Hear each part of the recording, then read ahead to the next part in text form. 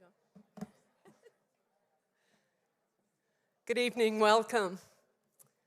We are so excited to see everyone here tonight, and the turnout is wonderful, and I just want to thank each and every one of you for coming. This is a really exciting time for us to be able to launch the new Teton Leadership Center and to host our first conference with Igniting Next Level Leadership. So thank you very much. It was several years ago. Actually, I was reminded last night it might be as long as 10 years ago, so it was a long time ago, that I had the first opportunity to work with Sandy Schultz-Hessler and Silicon Coular and Liza Millett on several projects. The first one being the Startup Intensive, which was a 10-week boot camp to develop entrepreneurs. And the second was a shorter version, which was called Entrepreneurship Essentials, and we've put well over 200 people through those programs.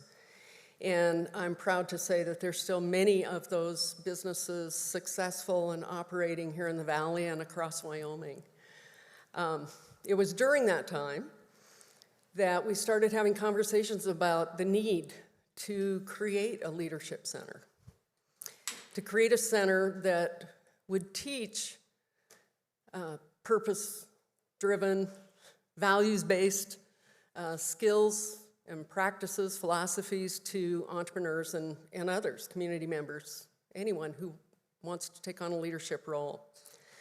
So we started those conversations, and we kept talking, and we kept dreaming, and we kept talking until about 2 years ago when Governor Gordon introduced a new program called the Wyoming Innovation Partnership.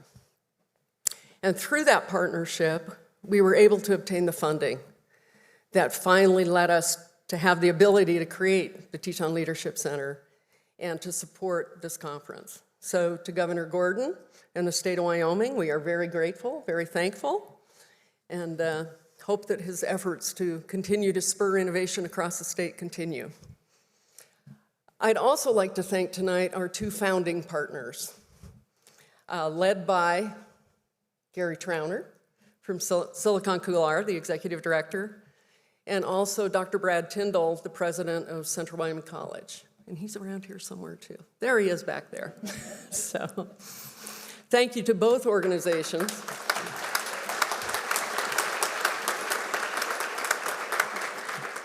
I want to thank you personally, as well as the organizations and the staff that you have lended to this effort, for without that, we would not be here tonight. It's been a tremendous effort, and appreciate the help of everyone. I also want to thank all the sponsors, and you're going to learn a lot more about those folks over the course of the conference. We're very appreciative for your support as well.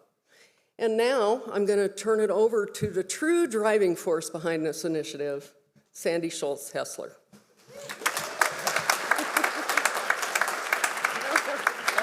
No, stay here. Wow, you guys. Thank you for being here. You know, this is the idea. We're talking about leadership, and we all have ideas, right? A million ideas. And how do you make them come true? How do you get over the fears and the vulnerabilities and the, oh my God, this was the stupidest idea ever, and I'm going to fall on my face and look like an idiot, so can we stop it now? But leadership isn't alone, right? It's not just whatever formal titles there are. And throughout these 10 years, whether it's startup or this idea for the Teton Leadership Center, there's been one person, the Institute of Central Wyoming College, a community college, thank you, Brad, like always said yes. But institutions are made of people. And from the moment I met Lynn and we had these ideas, she had the curiosity, she had the trust, she took the risk to say yes, and she also funded us, which was always a really nice thing, right? But I just really, if we could like just, you know, give her a round of applause, because truly, thank you. And with that, I might have, like, you know, been kind of obsessive about this idea of how do we rise each other up and all the things you're going to hear about over the next day or so. But it would not have been possible without an incredible team of co-creators, really led by Sue Muncaster. Like, she is the wind beneath the sails of Teton Leadership Center. Thank you, Sue. All of the branding and marketing by Julie Derry and Kira Foley and Hannah Saunders. Kristen Brandt, is responsible for all the logistics today and the food. We're also so excited, what magic, to have the inaugural Central Wyoming College mobile kitchen tonight. And wasn't that stuff great? So, yay. And the other group of people that this wouldn't have been possible without are the local leaders and the change makers from across the country that when I called and said, I have this idea, will you come to Jackson or will you give a Saturday night and a Sunday to really busy entrepreneurs and business leaders here? You all said yes. And to everybody you're going to hear about over the next 23 hours or so, I am so grateful. Thank you so much. So what is this about? Well, we'll know a little bit more tomorrow afternoon. But really the driving idea behind the Teton Leadership Center is that we have a lot of cultural pressures right now that are pushing us, ever faster. More growth, do more things, like more and more and more accomplishment, more acquisition, more achievement. And it's created great things, right? I love the United States more than anyone else. But it's also created a lot of unintended consequences. And the interesting thing is there are models out there, and you're going to hear from many leaders over the next day, to show there's a way that still has economic thriving and growth, but it also has, health and relationships and connection to the earth that also lets us thrive. And so my dream was, how do we get those voices and that energy in our amazing community together so that becomes the norm? And that there's still going to be lots of pressures, but we remember how in that circle to start from those roots of here's who I want to be and how I want to be. So that was really the impetus of the Teton Leadership Center.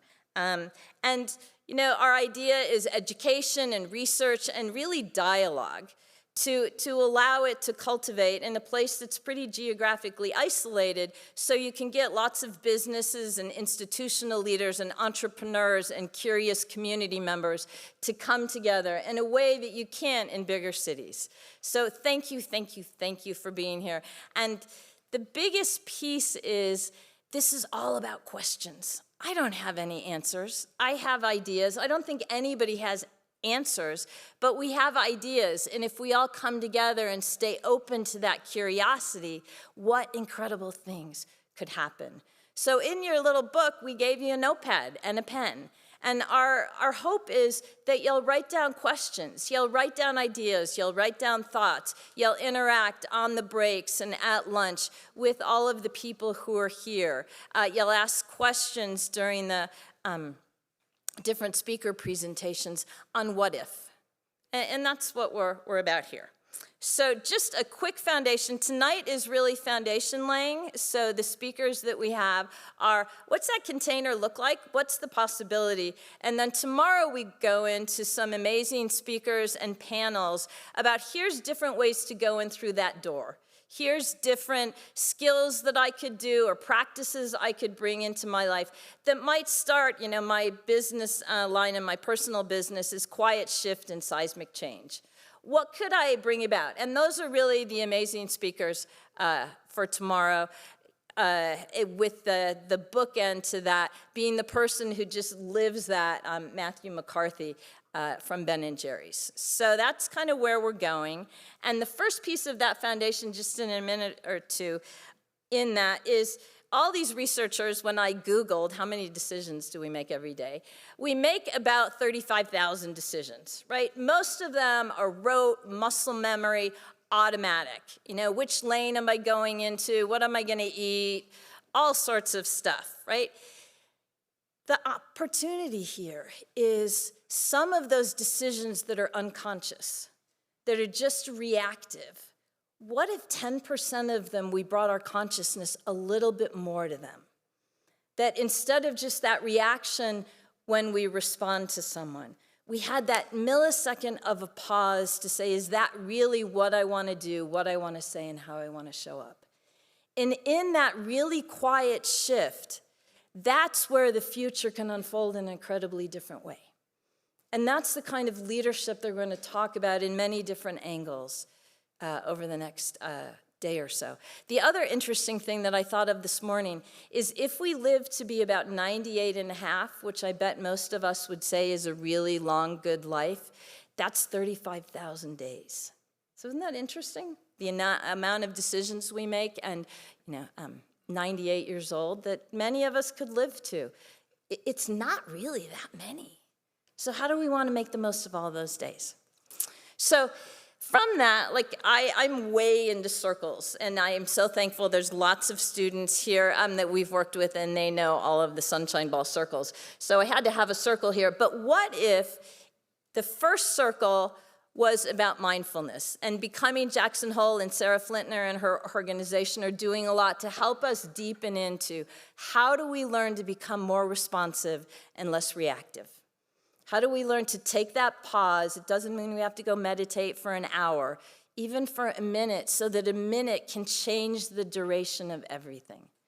But from there, there's the second circle of when we hold that space to ask those questions. Who am I? Who do I want to be? Why do I want to be that? Where am I going, and how do I want to show up? Those are the questions of purpose and values, of the unconscious or underlying beliefs or biases or stories that might be running in our head that we don't even know are the frameworks for a story. How do we start having that be more porous? And that's really where the Teton Leadership Center wants to play right now. Because often we think of leadership training, and a lot of us here have done it, we think about it as strategy and analytics and better communication and better listening and time management and prioritization, which are all incredibly important. But if you don't have that second circle pretty well dialed on a consistent basis, well, what am I prioritizing and why? How do I create a strategy that's not a little wishy-washy or that's not pushed by the winds of somebody else? So that's kind of, the way I view the circle. And again, the data shows when you go this way, better customer loyalty, better employee retention, deeper connection to resilience and persistence within yourself, right? And better outcomes financially. And Matthew can tell us more about that later. And many, many other entrepreneurs. So the thing is, there's lots of organizations doing this. It's not like the TLC is a unique idea. But these organizations are all over the country about leaders. The unique thing that we have here and our hope is we're this unique microcosm, again, that can bring all the institutions together. And this isn't, in our longest version, this isn't just about Teton County. It's about Wyoming and different places, that how can we bring a model of collaboration across different organizations, different sectors, to say if we lay these foundations, what happens in connection, in collaboration, in communication, to really bring about change, to have stronger communities and stronger relationships. And this is about the practice. It's about the daily commitments to yourself. It's not about perfection. So all of these things we're going to talk about over the next day, try it, right? A little kid fell a whole lot of times before they learned how to walk, but they didn't give up on walking, right? They said, I got to do it again. And they didn't judge themselves, and they didn't get all mad at themselves, and they didn't say, I'm worthless. They said, let's do it again. Let's figure out. And that's what our hope is here.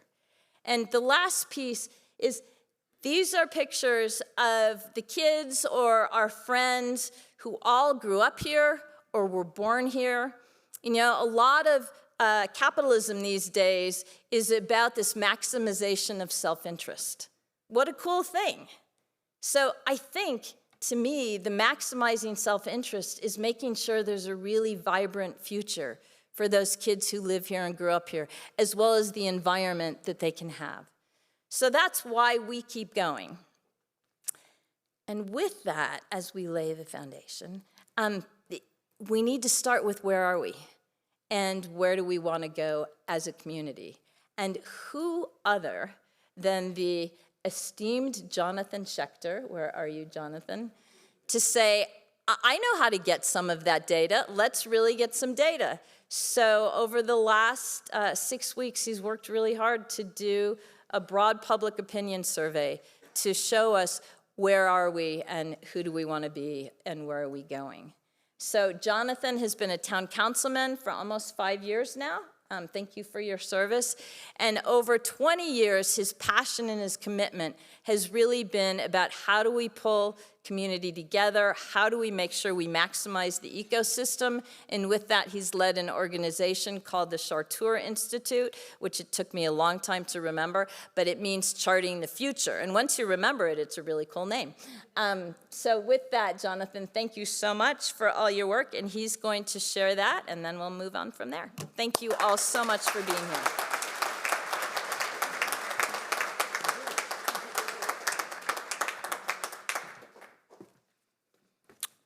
Thank you so very much. I can't tell you how truly excited I am to be here and to see all of you. But before we go any further, could you please give it up for Sandy? Get back here.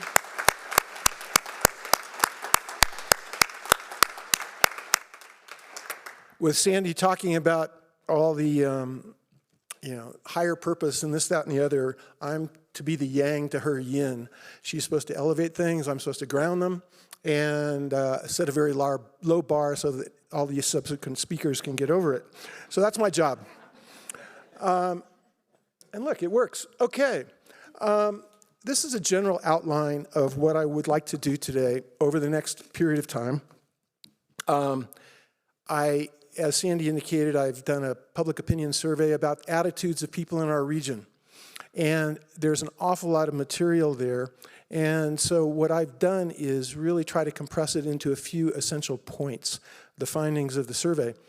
There was a lot of stuff left on the editing floor, and I'll be talking about that in a longer session in October at the library on October 24th. Also, I'm going to have to go through this stuff pretty quickly because there are time constraints, and there will be copies of this slide deck available. You can either get in touch with me or Sandy or Sue on Monday, and all these slides will be available to you. And I'm, of course, happy to answer any questions, and hopefully I'll get through this quickly enough that we can have a question and answer time after I get through the slides. So let's talk about the genesis. How did we get here? And if you go back a year, I was running for re-election to the Jackson Town Council, and a lot of people came up to me. It seemed they were very concerned about where our community is and where it's going. And so by community, I mean this one place. The water doesn't stop, air doesn't stop, animals don't stop. We have political boundaries, but we're basically one community spanning 2 states and 3 counties.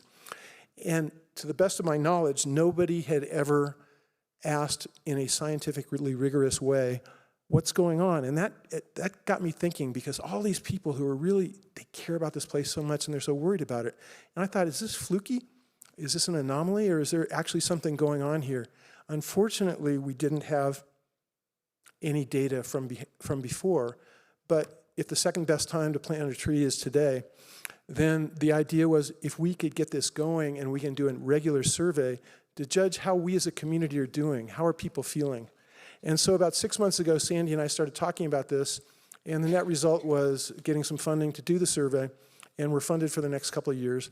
So it'll be interesting to see how things progress. So there are 2 pillars really underlying the structure of the survey that I'm going to be talking about. And the first is the vision of the comp plan. The Jackson-Teton County comp plan was adopted in 2012. It was reaffirmed in 2020. And there's a typo in here, and there are a couple, so thank you for your indulgence. But the comp plan has a really powerful vision statement. These 21 words are the first words in the comp plan. Preserve and protect the area's ecosystem. And why do we want to do that? In order to ensure a healthy environment, community, and economy, and not just for current generations, as it says on the screen, but for current and future generations. That's an extraordinarily powerful vision. And as you'll see, these themes of economy, community, and environment will work its way through the presentation. The other foundational piece of the survey were the three basic questions of strategic planning. Where am I? Where do I want to be? How do I get there? And again, we're trying to lay down some baseline information here. So the first question that we're really asking is, where am I? Where are we as a community? Let's figure that out, and then we can start building and growing and figuring out where we want to go and how we might be able to assess how we're doing getting there. So, what did we do? Well, we set up two parallel surveys. The first one was a scientifically valid 350 random phone calls in the 3-county area. The second one, which commenced after the phone survey, was an open to all comers, and we ended up with just shy of 900 responses to that. So all told, we're going to end up somewhere around 1,400 responses, so roughly 3% of all the adults in the 3-county area of Teton Valley, Idaho, Jackson Hole Valley here, and Star Valley in Wyoming. And when you do the math, with a random survey like that, we have a margin of error about plus or minus about 5.2%. If we'd taken it up to 400 or 500, margin of error would have declined just a little bit. So it's a pretty representative survey, particularly because while we got a pretty good representation of the overall population, we also changed the weighting a little bit on some of this, on the responses to more accurately reflect, best accurately reflect what's really going on in our region. So what did we find out? And I want to point out that the next group of slides, even though I mentioned the online, the next group of slides just talks about the phone survey. So these are pretty good data about how we as a community view ourselves and our future. So the first big takeaway, we really like this place. We love living here. And just to give you a sense of how these graphs work, so on the x-axis here, or the y1 axis here, this is the number of responses out of the 350. So these bars represent how many responses we got. And these were 0 to 10, 0 being negative, 5 being neutral, 10 being the most favorable. So roughly 35, a little over a third of people said they really, really, really, really like living here. This dot represents the mean score. So again, 5 is neutral. So 8.4, it suggests people really like living here. They not only like living here, but they aren't anticipating moving. So we asked another question, do you anticipate moving? And roughly 70% said probably not, or certainly not. And 2 and 5 said, I'm here. Again, people really love living here. And that's the starting place for thinking about how we do this.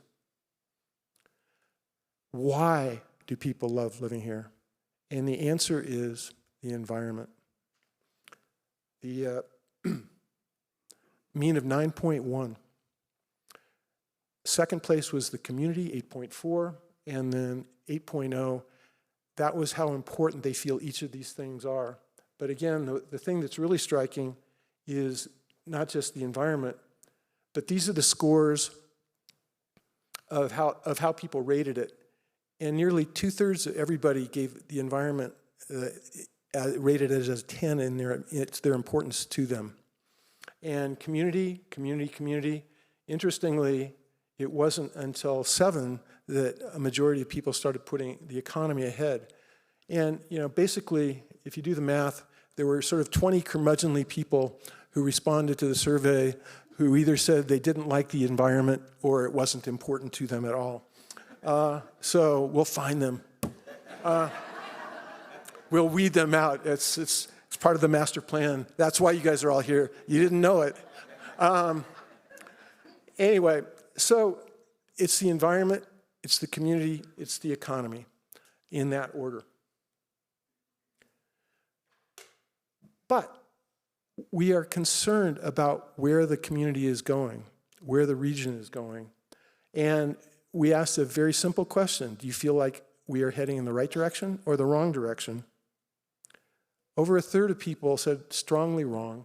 Another quarter said somewhat wrong. And also notable is how few people said strongly right. And so as a region, we have this sense that things are just not going quite right. Why is that? Because people feel as though things are worse now than when they moved here. And again, 5 is neutral, so this is the first time we've seen any score coming in below 5. So people are pretty uncomfortable. Again, 4 was the most popular response, and you can see how it's sort of spread over here, but people feel as though something has gone on over the period of time, whether it's 90 years was the most time anybody had lived here in our responses, and under a year is the shortest period of time. But there's a sense that something just isn't right. Well, if you ask folks how things are at the moment, well, the economy seems to be decent. Community, a little less so. Environment seems to be pretty healthy. But if you ask them, are you optimistic or pessimistic about the future? So in this case, 10 would be very optimistic, 0 would be very pessimistic.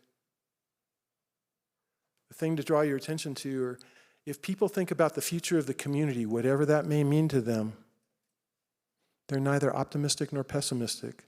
There's a sort of a deep-seated concern there that just keeps showing up in the comments, in the scores, all over.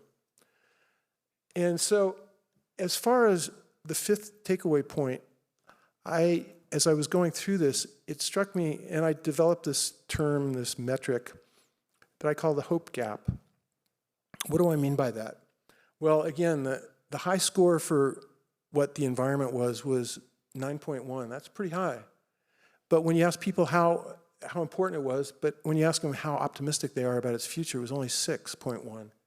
Well, if you subtract the one from the other, you get a -3, and if you divide that into how optimistic they are, there's a score there. You can develop a metric, and to me, that's the gap, the gap between how important it is to you and how optimistic you're feeling about it.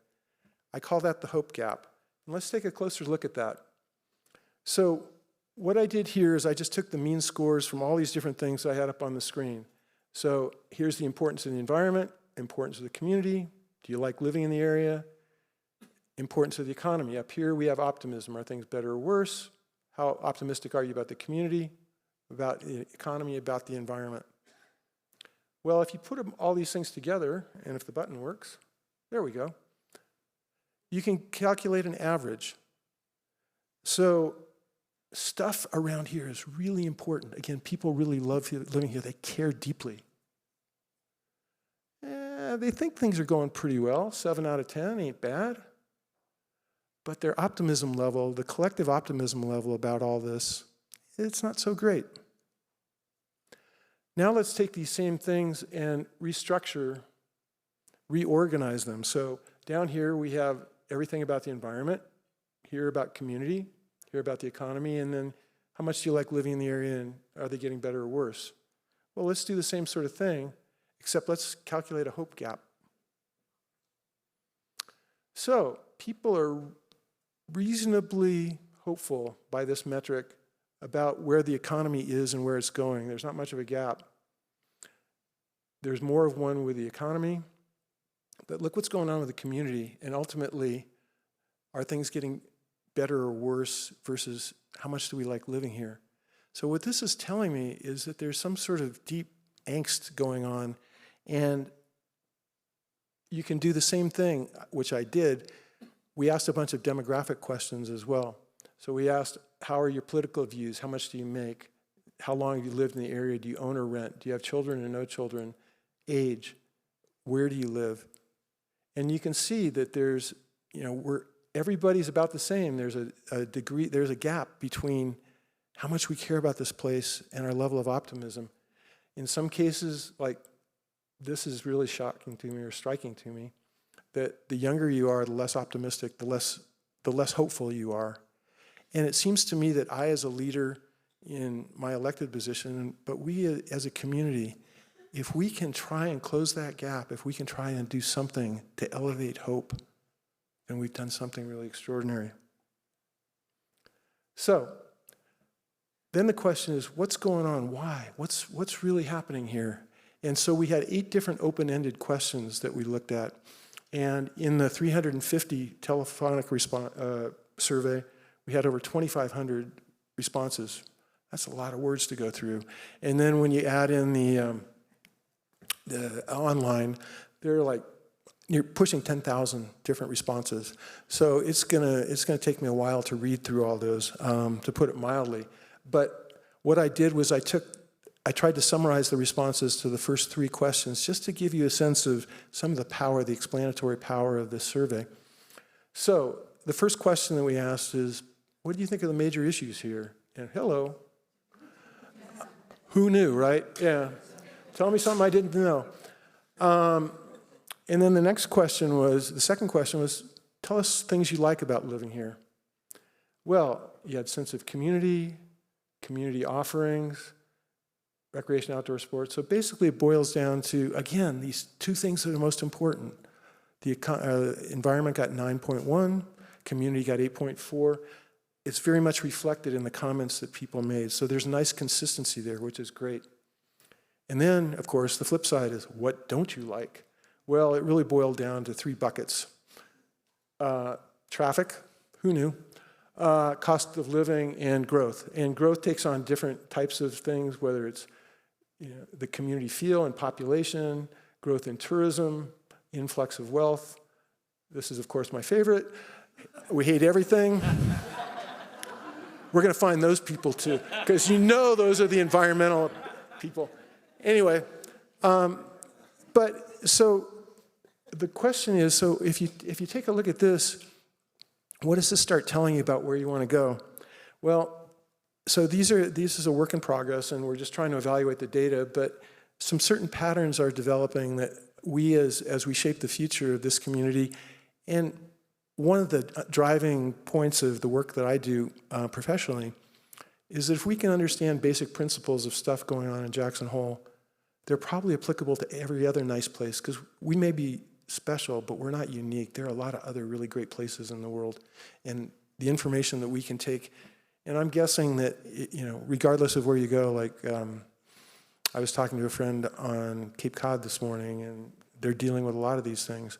So it's just, these things are popping up, and so the real opportunity for all of us as leaders is to try and figure out how can we address these in a way that, again, is going to close that hope gap. So I mentioned the online survey. It is, I'm just going to give it a brief hello, in part because it closed yesterday. But it's got, I had 2 goals in doing it. One was I wanted to give everybody who wanted to comment a chance to do so. I was also curious intellectually, how will the results of that compare to what we got from the telephone survey? Well, it turned out that it was a different demographic group.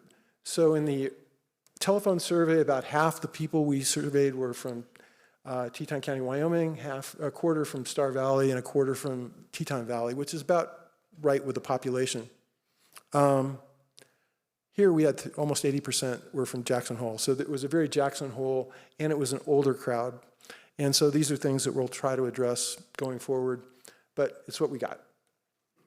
And basically what it showed us is that people, and it gets back to the passion for the place, people were really fired up. The people who were responding, they were more passionate about the environment, more passionate about the community, less so about the economy, and they were more disappointed, more cynical, crusty old farts, if you want. Okay. So for me, there were 5 major conclusions to draw from this. And the first is, again, we love the place, we love it to death, but we're really worried about its future. And what this did for me was validate that the stuff that I was hearing a year ago when I was running for office, it wasn't just noise. There was something really going on there that seemed very different than in the past. And now with the baseline data, we'll be able to judge whether that actually accelerates or whether we can try and change the arc of that. The second thing that it did is it really validated, so 11 years ago, 2012, the town and county adopted the vision statement, preserve and protect the area's ecosystem in order to ensure a healthy environment, community, and economy. And there was a lot of there's a lot of value in that, and we overlook it at our peril, I think. Number 3, housing is absolutely a critical concern. I mean, that's a no-brainer. But what was instructive to me is that ecosystem health ranked so highly. So there's an awful lot of examples in the history of the world of destroying ecosystems in the name of housing, and we have to find that balance. The other thing that was interesting is, again, there's a great passion for community, and one of the things I left on the editing room floor was just a slide talking about how most people in this region are satisfied with their housing, which kind of goes against the popular buzz, and a majority are not having financial concerns with their housing. And so we'll talk about that more when I do the presentation at the library, but there's an awful lot going on here, so we can focus on housing because it's a critical need, but we make a mistake if we make that our monomaniacal focus at the expense of the environment or the larger sense of community. By tearing apart into the demographic data, we could come at point 4, and the question is, what is the fabric of the community? And so the people who are expressing the most pessimism, the place where the hope gap is the biggest, are those who are basically people who are trying to build a life here. They're sort of in their middle of their building a career, trying to raise a family, and they're feeling very pessimistic. And so if we're going to focus on that, and it gets into this point about how well are our housing efforts, a lot of the housing we're doing is developing small little studio apartments and things like that. But the question is, how well does that fit the actual need? And the data suggests that the folks that we really should be most worried about are sort of those people between 25 and 40, people who are trying to raise a family, people who are feeling a lot of pressure on a lot of different fronts. And then finally, the hope gap. And the hope gap, again, was people, whether they take the economy for granted or whether they're so comfortable they don't need to worry about it, or whether they're just skids and they don't care about it. We've got the hope gap is really the greatest for the concerns about the environment and the community. So, next steps. Let's talk a little bit about leadership. Why are we all here? The Teton, because we're inaugurating the Teton Leadership Center. And it seems to me leadership really boils down to 3 different things. First thing you do is you identify and you diagnose a problem. Second thing is you develop a solution. And then the third thing is you lead people in the direction of that proposed solution. But the key to that thing, and Sandy alluded to it in her remarks, what's the vision? What's the vision there that you're trying to lead people to? What's going to inspire them to follow you as a leader? Well, going back to vision, and I'll repeat it, we have this extraordinary vision statement in the comp plan: preserve and protect the area's ecosystem. Look, I got it right there. But if you start breaking it down into its components, environment, community, economy, and you ask yourself, what are we really doing? What are we really doing to preserve and protect in order to have healthy ones of each of these? Well, we do an awful lot for the economy, public sector, private sector, obviously, and the nonprofit sector too. We've got an extraordinary Chamber of Commerce. We're so lucky to have it. There's lots of stuff going on. What about the environment? What do we do to try and boost that? Well, we kind of do a little bit. You know, I'm very proud of the town of Jackson because we created a position called Ecosystem Stewardship Administrator, and no other place in America has that, maybe not even in the world. But there's not much we can do, particularly for the #1 priority. And then the health of the community just sort of becomes an afterthought. But if you think about what it is that people really care about, what stitches us together? We're a community, all of us in this room right here. We sort of take that for granted, and people are really, really worried about losing that. So, well, you could say, well, but we don't know what to do about that. But that's the exact point. That's why we're here today, because there are these huge, audacious problems out there that nobody's figured out how to solve. And that's the opportunity. Over the course of the next 24 hours, we're going to be able to try and figure out how to solve those. Or at least, as Sandy said, we don't have answers, but we got a lot of questions. We got a lot of really smart passionate people in this room who want to start tackling big, important questions. And so, to that end, I would just, with a call for action, the survey really shone a light on a lot of very interesting challenges that people nowhere have figured out how to address. And I'm wondering if one of the things that the Teton Leadership Center can do is start developing, just right out of the gate, a focus on the kinds of things that the survey has revealed as being of incredible concern to this community. So, one final note. I mentioned if you're interested in finding out more about this, on October 24th, so in about a month, TLC has arranged for me to give a talk at the library where I'll go over this stuff in much more detail. I'll have more time to analyze it. And so with that, I would just like to thank the sponsors. Thank you all so much for coming and being interested in taking this journey that we're all just starting now. And with that, I'll open up to any questions. So thank you very much.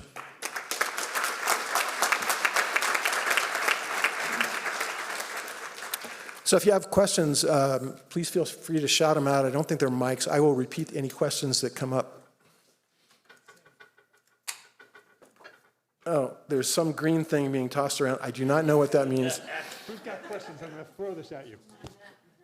Anyone have a question? There's one.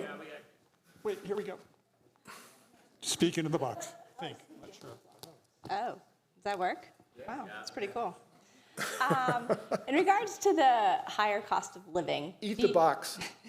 do you have any data on how much higher our cost of living truly is? Or because I have a feeling that could be something that's we've sort of framed it that way, and I'm curious what the true reality is.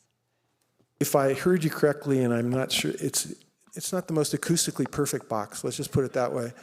I think you asked, do we have much information on whether our cost of living is actually that much higher here? Was that the essence of the question? Okay. The best thing that we have is the state of Wyoming puts out something, a semi-annual cost of living index.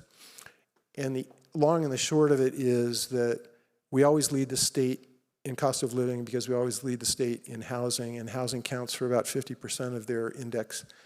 If you look for other things, things are really not that much higher here, and in many ways, like we have the cheapest electricity in the country.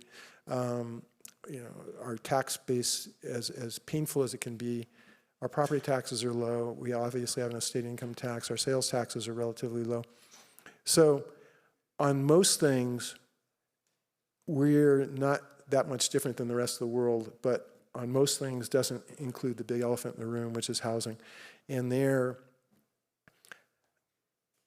to go into a little bit more detail than you want, but we have this barbell of an economy. We have we're the wealthiest county in the wealthiest country in the history of the world. We have the highest per capita income. It's not even close. We're at like 320,000, and second place county is 195. I mean, it's ridiculous. At the other end, we're in the top 10 of all U.S. counties in the proportion of tourism-related jobs, and they pay traditionally very poorly. So we got a whole bunch of poorly paying jobs, a whole bunch of high-end stuff, and the grinding is the people in the middle, those people who are expressing concern about living here. So how much higher are we than other places? That's really hard to say because that sort of gets into what do we pay as wages, but housing is crushing us, particularly given our tourism, the large number of tourism jobs we have. Karen.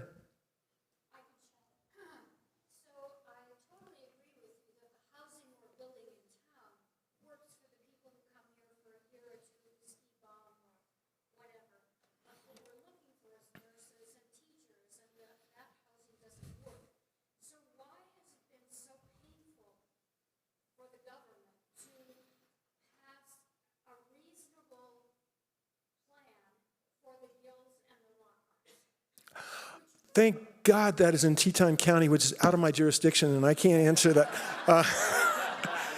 It's just right on the other end of High School Road. 3 years ago, interest rates were like 2.5 max. They're now at 6 and 7. And construction costs have done nothing but go up. So in these 3 years, or whatever it is, since the original plan was presented, it has become less affordable for the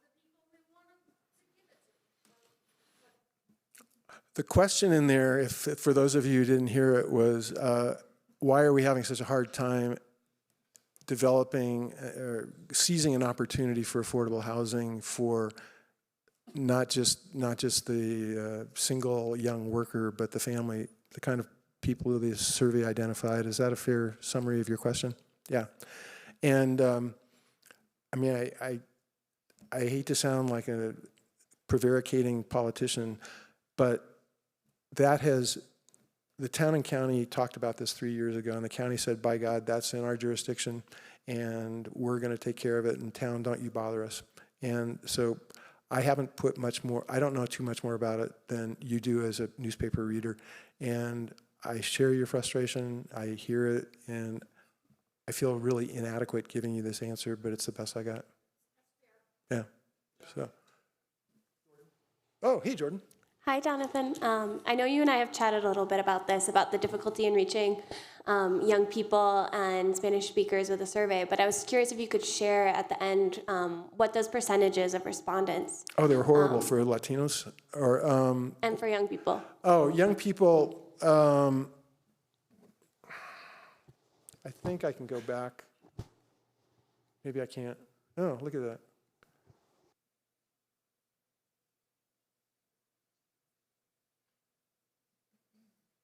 Here we go. So this was the phone survey. So it wasn't quite as high as I would have liked, but it's not. But part of the problem is, who is a resident, and if you're here as a seasonal worker, then so the two categories where we fell short in, and where I'm going to try and do more active outreach, working with you with the Hispanic community, but also we know we fell short with the with younger people. We got to figure out some strategies to boost that up. We don't have those. I've tried a couple of other outreach things, and it was rebuffed on those. So it's this isn't perfect. But it's strongly suggestive. So that's the best I can offer to you.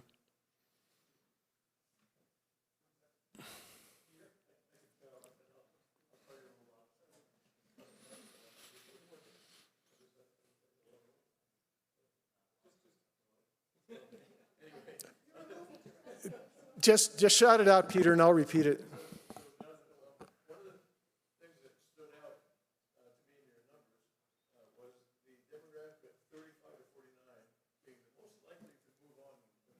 Mm-hmm. Now, it seems to me that is a huge red flag because that's the core of the community. That's what those long-term communities seem to have the number one priority to address that problem at the highest level in our government.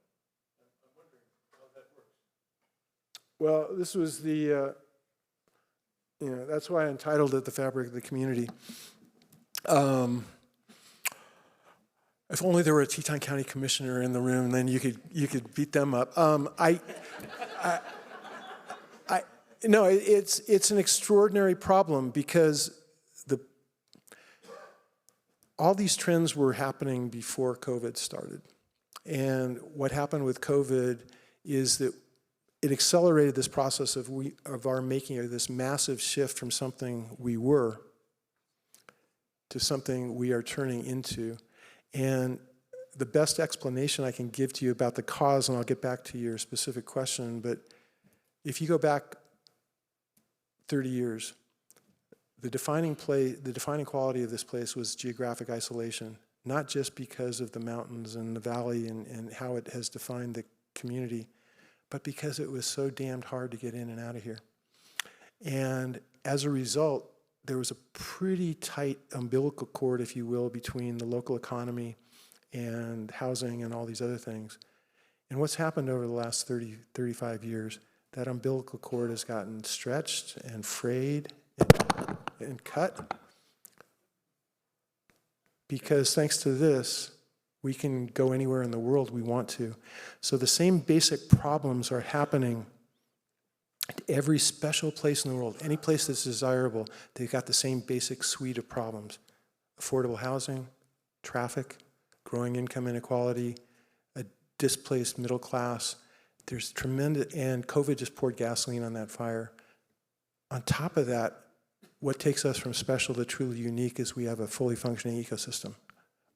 And nobody's really figured out how to preserve that as well. So we got this really involved suite of problems, and all the economic incentives are working, and it's to Karen's question as well.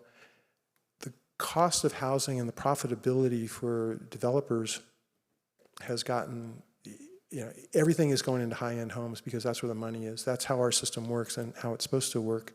But it's really eroding the quality of the community because it's making it hard. And we as local government don't have a dedicated funding source that we can use to try and do that. So that's part of the reason that we advocate for a real estate transfer tax or go to Cheyenne and try and get other forms of money, because until we have a dedicated form of funding for housing, it's going to continue to be a problem.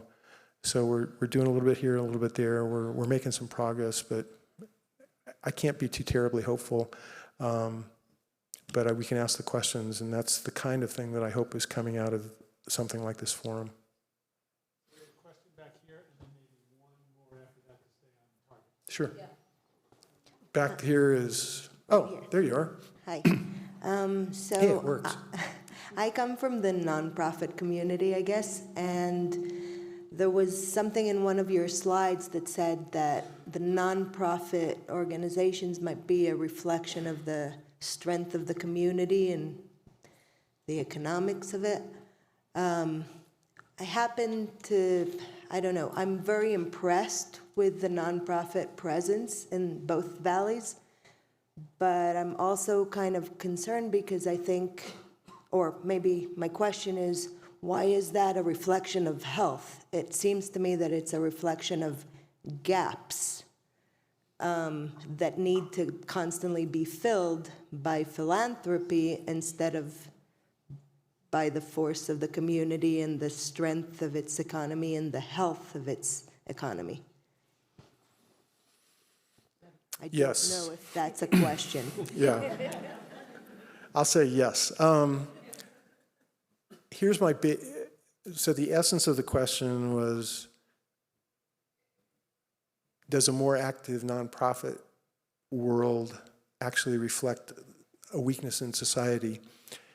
And if I can create a framework for answering that, it's very clear what the private sector is supposed to do. You make money.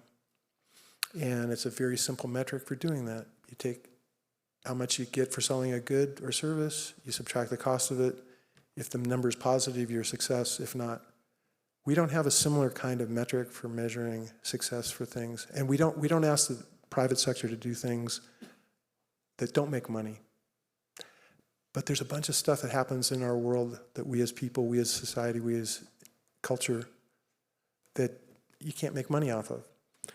And depending on your the government, sometimes the government takes a little bit of that, sometimes it does a lot. But there are a lot of things that fall between the cracks.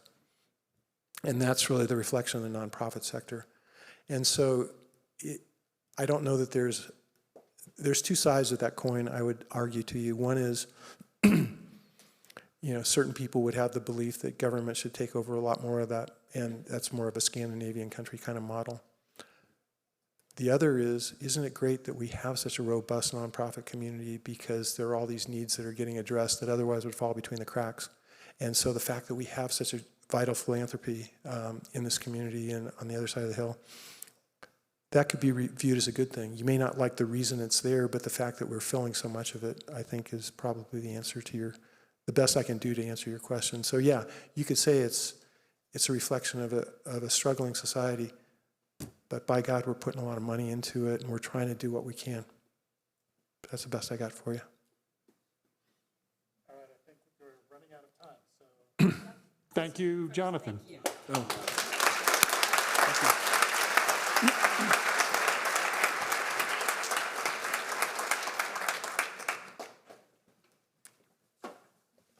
So in my optimistic, hopefully realism, a lot of these questions are a lot of the kind of container that we hope to to continue to spur here in innovation and creativity. And the other piece, while a lot of these survey numbers, you might be thinking, well, of course, I could have answered that, right? It gives us a baseline to have data, to, next year to know, is anything that we're doing working? How does it shift? And I think to come back to really having that kind of consistency is a really important thing. So now we're going to turn to, if that's the foundation of here's where we are, and we know those issues, and and there's lots of other things. I know some business owners here might say this is all fine, but there's lots of other cracks in a lot of that. It really comes down to, what does success look like, right? What does success look like organizationally, individually, and as a community? And what are we willing to put into that, lean into that, or sacrifice? And a lot of that comes down to, what are the agreements that we're going to have together in all of the different idiosyncratic backgrounds that we have and beliefs that we have to come together? And about 30 years ago, I was invited to this small leadership weekend, and I met a man named Dr. Jim Ritchie-Dunham. He was a participant with us. It was a small group. And in the time since we met, well, first, his obsession 30 years ago was about this idea on how do we build stronger agreements in organization and in community to create thriving. And since that time, it's been amazing to observe and watch him. He's grown his business and all his work, and you can read about his bio, but really going all around the world to many, many countries and hundreds of thousands of people to say, how do we find innovative new ways to overcome some of these entrenched issues that we've talked about through Jonathan's survey right now. And he won't tell you, but it includes things like he's facilitated the Guatemalan ceasefire. Right? He's gone and facilitated all of the different groups in a state to come together to have a net neutral goal in 2030 or 2030, right? So he's taken lots of different stakeholders and said, we can find the answers. And that's a lot of what we're looking for here. We want lots of entrepreneurs in Wyoming, in Teton County, to flourish, but how do we do it and not break all the other pieces that we've been talking about tonight? So it is my just the deepest pleasure to introduce Jim Ritchie-Dunham. But before I do that, since we decided not to give a break tonight so you could go have a fun dinner later, does anybody want to just stand up for a minute and do a little shake? Come on, let's shake. Let's put your hands over your head. Do some of that breathing. Shake, shake, shake, shake, shake, shake. Nobody ever would want me to sing, so I will not do that. But just take some deep breaths.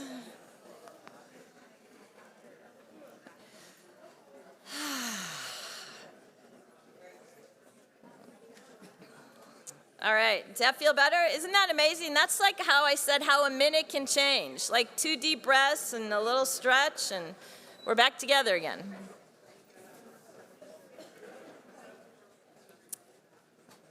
All right, so you guys good to go? All right. Jim, thank you so much.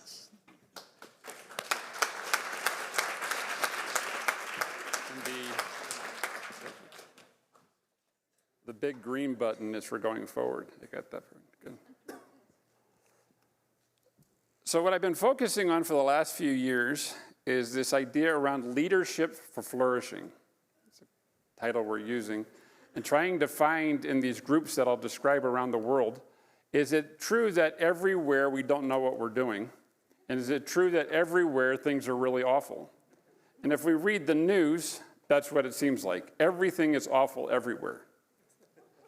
Or is it possible that there are people that are figuring stuff out? And part of the challenge might be, how do you find those people? And how do you learn with them and from them? Because a lot of the folks that I'll describe in the next while that are able to do this, they don't actually know that this is what they're doing. They say, this is just sort of the way we work. Our community works well, so Jackson's a pretty amazing place. But, we run a town council, or we run a sock company. So many of you probably heard the company Thorlo Socks, so I've worked with them for a long time. And they make socks. I said, so, but what you're doing is really amazing. What are you doing? We make socks. It's just the way that we do things.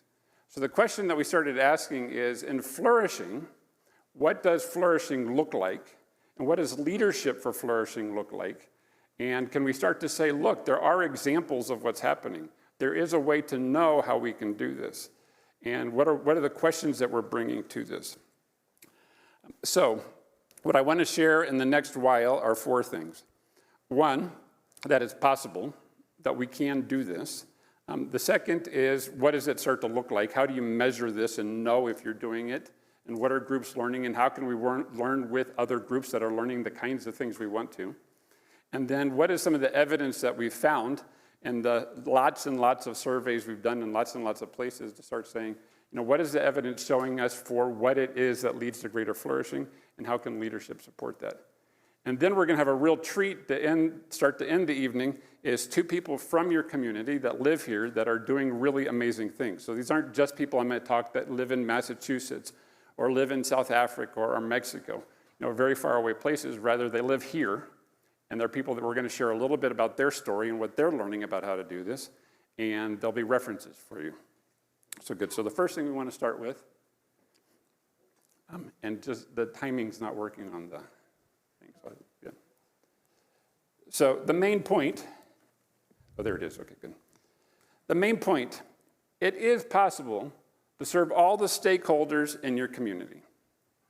It is possible for them to fully engage all of their creative energies in doing what you're trying to do, and all the things that they're bringing that are available to you. So people show up in your organization, in your community, and they bring things. They know how to do things. And they're creative and they're curious and they want to contribute. It is possible to take all of that and do something really magical. If you'd see me looking over here, I'm trying to look at the screen so I don't look behind me. But it's set up for somebody who's at a podium, and I'm a walker, so we have to do it. So what we're going to play with, it's time to say yes. So I'm going to make a distinction during the conversation or the exploration of the difference between a yes and a no. And the reason and I'll share a little bit why we're doing that. Because what we're going to start try to connect the dots in leadership for flourishing is, in your own body, in your own experience, you know whether this is working or not. You know when you show up in any given moment, whether you're in an awful meeting. How many of you in the last year have been in an awful meeting? Or an awful engagement? It doesn't have to be a meeting at work. Because some people will say, you haven't been with my family, my in-laws, right? Or my friends, or that place.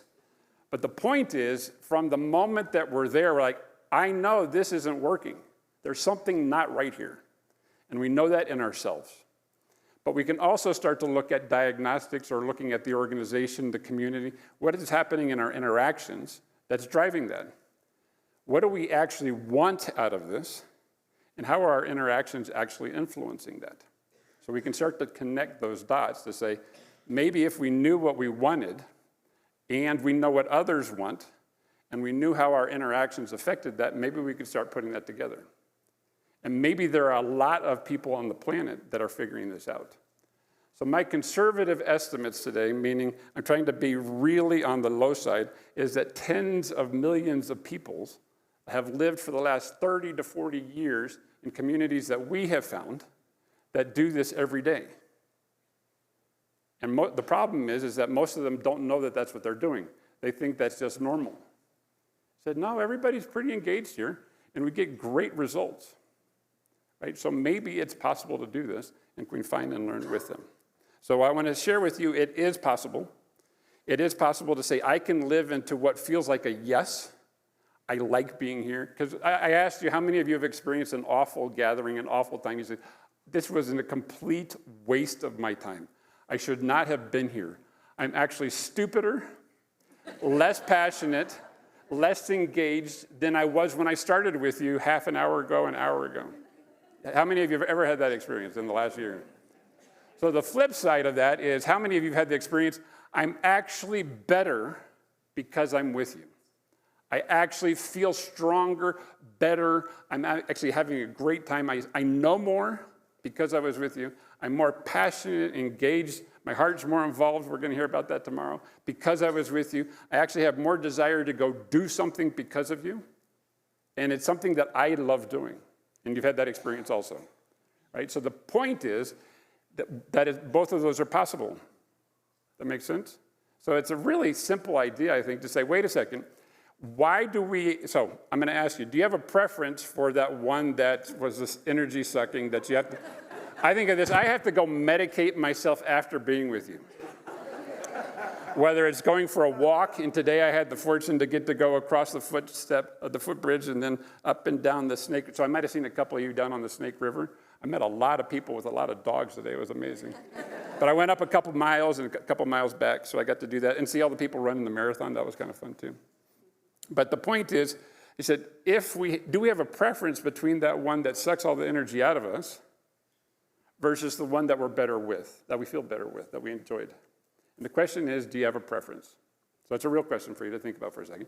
Do you have a preference? Thank you. And the question is, therefore, before you tell me what your preference is, what percentage of your day, your life, do you spend in that no versus you spend in the yes? So think about it. You don't have to tell anybody else that number, but to start thinking, what percentage of my life do I spend there? Now, this is a group of people who were dedicated to a Teton Leadership Center Conference Summit, coming and saying, how are we going to dig deeper and wider in our community? So your numbers are probably skewed towards a lot more of the yes and a lot less of the no. But then think about the people in your communities that you work with, who are working in your organizations that you're serving, and what percentage of their life is in that one versus the other. And the question there is, if the number is greater than 0, why do we spend any time in the no? And what we start to find when we ask this question, and again, we've asked this question through our survey, which I'll share a little bit later, in 126 countries, 164,000 groups have been described using our survey. We've done work like this in 59 different countries now and across the United States as well. I said, why do you do that? And they said, well, because I have to, don't I? And that gets to the crux of this. He said, if you have to accept the no, because that's just the way it is, because it's work, because I don't have any choice, if that's true, my contention is then it's true always. Right? It's a law of physics that it just has to be awful.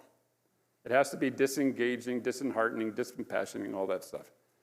But if we have this other experience, and we experience it quite frequently, then it's not true that it has to always be no. A lot of times it's also yes. So then that brings us into the question of what Sandy shared is agreements. Why have we agreed to interact with each other in a way that drives this no versus we've agreed to interact in a way that drives the yes? And we experience both of them, so they're both real. And what we want to start playing with now, and I'm going to share is a framework that we've started developing in the last few years of can we tell where we do this better? How do we know if people are better off because they're interacting with me? So that's going to be our first piece. We call it total value generated is everybody that's interacting with me in some ecosystem, so whether it's my business, my family, but something in those interactions, in that group, are we better off because we're interacting with each other? Or are some of you worse off because you interact with my company or with my group or whatever what we're doing? He said, so are you better off or worse off? That makes sense? So the question becomes, can we see if we're better off or worse off? And what we're going to suggest is it's possible to demonstrate that everybody could be better off. And we found a lot of these examples where everybody that's interacting with us, we'll call those stakeholders or people that engage with us, but they can all be better off than they are before interacting with us. And if they hate interacting with us, then they'll go interact with somebody else. I said, but if you're going to interact with me, you'll actually be better off because of that. Does that seem shocking that you say, you'll actually be better if you engage with me? It's going to lead us to some surprising things which are kind of fun. So why total value generated? This is a framework we're using. That's a book. It's available out there that describes a lot of the details of this. And actually the impetus, if you don't like the book, the fault resides with Sandy because she was the one that told me, you have to write the book. Because I know it's very philosophical, and I said, but you got to have that so that at least people have, he said, oh, I have the book. I'm not going to read it, but I have the book. So we wrote the book, Ecosonomics. And ecosonomics just means Ecosynomics is the rules of relationship together, or the principles of collaboration. So, if we unite the creative energies towards a deeper purpose, so everybody that's come together to work with us, if we could actually figure out how to bring those together and do something creative, then we could achieve this other purpose that we're going to be looking at, and we'll be talking about purpose tomorrow. It is possible to generate a flourishing ecosystem, and what is an ecosystem? We're going to look at that in a second. But what do we mean by that? But it is possible to generate that for today and tomorrow. And we have lots of examples where that works. And you have a lot of examples where that works sometimes and could work better. So what are we going to do about that? It also allows you to start shifting to your necessary narrative. One of the things I've been working a lot on recently is the challenge that a lot of leaders say. He said, I have 2 or 3 narratives I have to work with. One is, for example, in a business, I'm working with a large microfinance bank I'll share a little bit about in Latin America. And they said, it's very clear to show whether we're making money or not. So everybody that does microfinance measures what is the default rate, how many dollars or pesos are out there, how many come back, and what's the default rate. So everybody measures that. And he said, and we can show what we charge in interest and default rates and those things. So we're very good at that. We're very good at knowing a lot of the what we call administrative data or productivity indicators, right? So how many people are doing, how many new people are coming in, how many people are leaving. We do all that really well. He said, but the reason we do this, and this is what I'm hearing over and over again, I have multiple stories. I have this story. We do that really well. But the reason we do it is to empower these very poor women at the very low end of the spectrum, the economic spectrum, so that they have access to their dreams. So, and if you get to meet them, you believe that. They said, we actually really, really care about that. We've been doing this for 35 years. We're really, really good at this. They now have 4 million customers, and I've interviewed a bunch and surveyed a bunch of them over the last 3 years, and I believe that that's what they're really trying to do. But the chairman says, but I have 2 stories. I have an anecdotal story about what we really do and why we really care about this stuff. And I've got an analytical, auditable story about the productivity and the results that we get. And they're 2 different stories. He said, and push comes to shove, the investors are pushing harder and harder, digitization within the banking and microfinance. He said, all that stuff is starting to say, all that nice stuff, put that in a YouTube video, give them a link, and don't ever go visit anybody, because it's expensive. Do this other thing. So he said, the problem is I have 2 narratives. Can we get to 1? So this is one of those questions, like the Teton Leadership Center said, is can we start to say, it's not 2 stories. It's 1 story.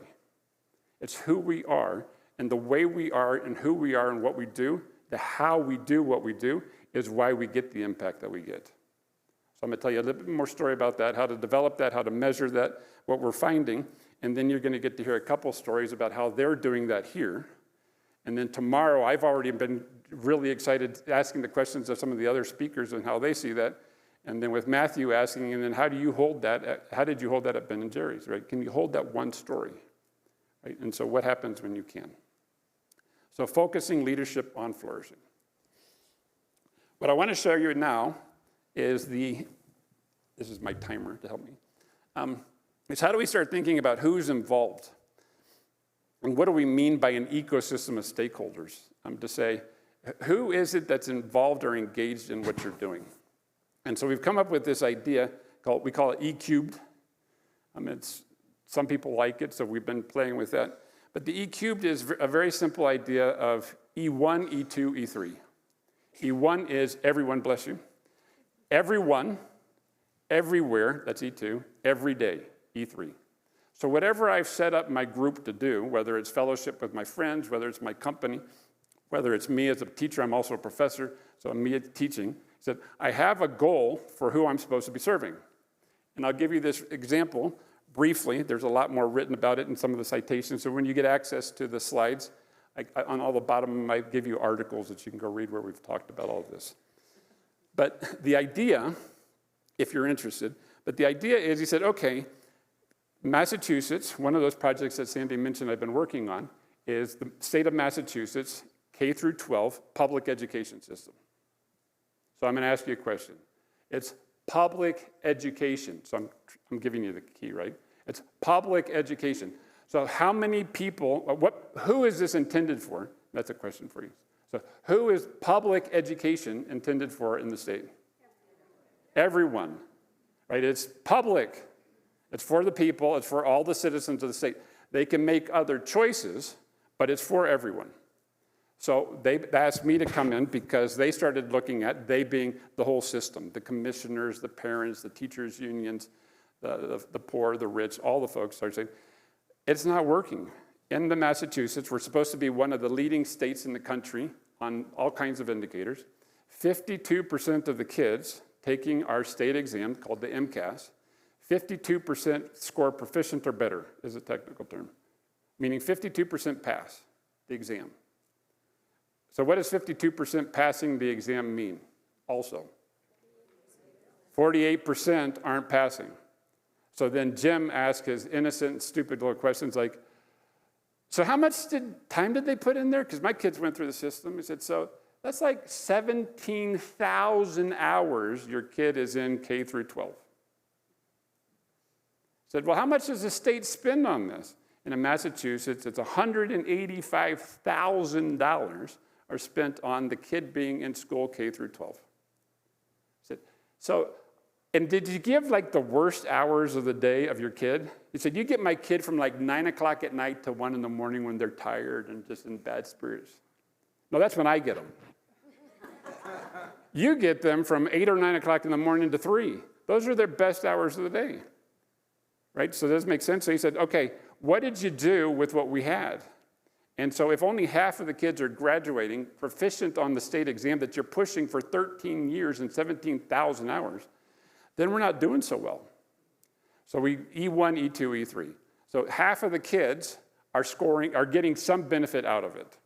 So half of them. But then everybody that tells you the statistics says, yeah, but we can tell you the zip codes where it's not working. So it's a social, economic, racial issue also. I said, okay, so then it's not everywhere. And by everywhere, we mean with all the different social demographics that exist.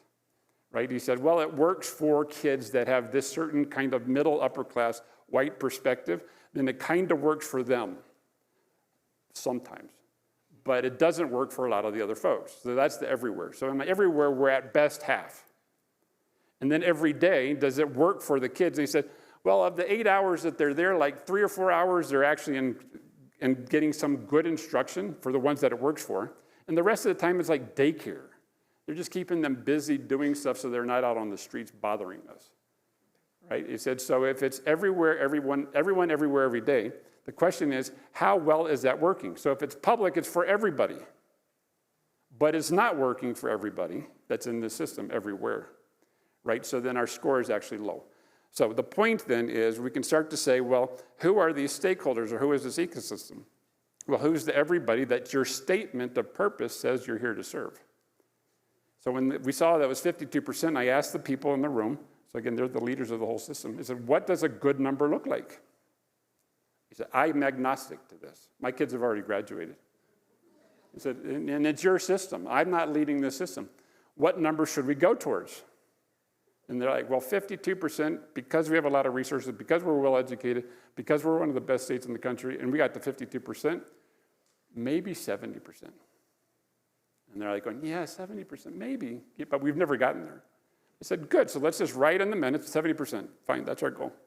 And we're going to write down what 30% don't get that. We're just going to write it down. He said, you know, we're still going to spend $185,000 on you. You're still going to spend 17,000 hours of your best hours of your day for 13 years, but you're not going to get anything out of this. Sorry. And as I said that, all of these educators, like, well, we can't do that. I said, why? Because I'm putting in the minutes and it's public?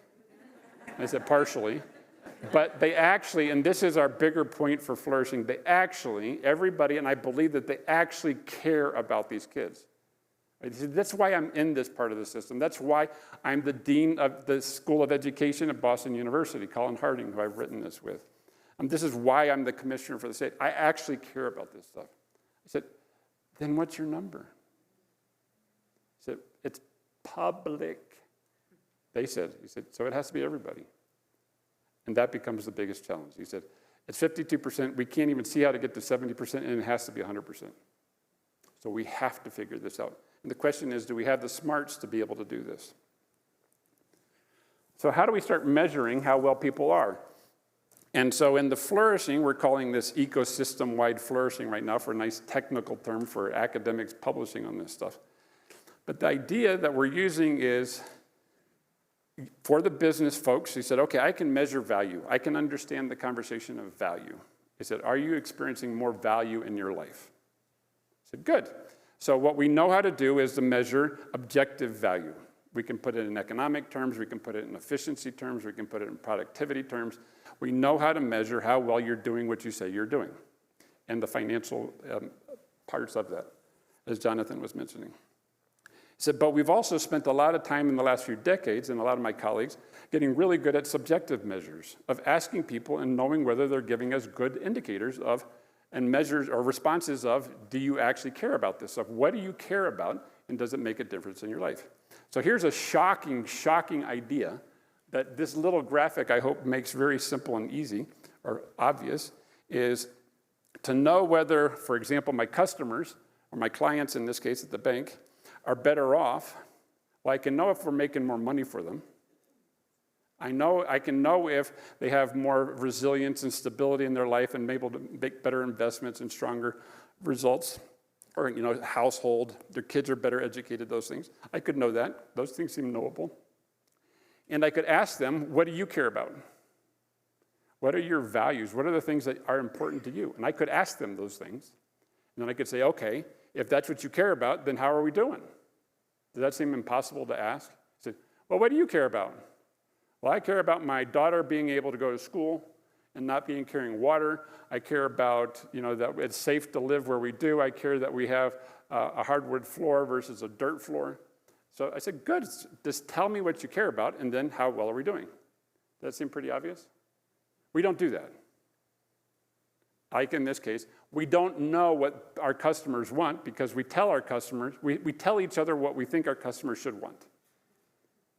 Right? And I find that, and I work a lot with NGOs and government too, and these global networks, and he said, we tend to do that, versus saying, well, who is a stakeholder? And then can we actually go ask them?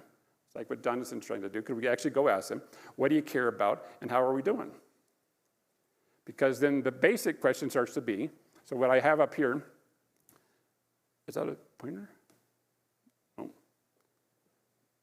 So what we start to do is to say for like our clients, the direct or indirect, so the indirect is more of the values, and the direct in their case was the financial stability. He said, well, we can know how well you're doing, and we can measure how well you're doing according to what you value and what you respond. That makes sense? So that's pretty obvious. But the question then becomes, compared to what?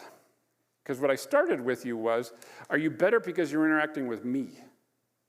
And that turns out to be this other really critical little piece that we find in groups that are doing this very well versus all the rest of us. And I'll tell you, as a business, I teach in the business school. Right now I'm teaching at Boston College. I teach in the MBA program and undergraduate business program. Courses on responsible leadership, managing change, strategy, those kinds of things. But I've taught it in many places around the world. But we don't teach them to actually go out and ask, are you better off because you're interacting with me? It's not in our formulas. So I know that if I give you some money, this keeps going off so I can't see. I know that if I give you some money, for example, I give you a $100 loan, I know you have more than you had than zero. Because I gave you $100, and so you have more than $0 I would have given you. So you're better off. I say, yeah, but let's compare it to where they would have been if they'd interacted with somebody else. Right, so you're not better than zero, which would be at the center of this graphic. Rather, what is your baseline? So that circle. He said, if you're interacting with somebody else or not me, what does your baseline look like? So how are you now? So that I can say, if you're outside of that, if you're in the green, like in this graphic, then according to your values, then you are living, because of the interaction with me, you're experiencing more value in your experience and your outcomes than if you weren't interacting with me. That makes sense? And then what I didn't have in this graphic, but is if it's in red, and it said, I'm actually worse off on that interaction because I'm with you. It's the interest rates and stuff. So you're taking money from me, or joy of life from me, and giving it to somebody else. That make sense?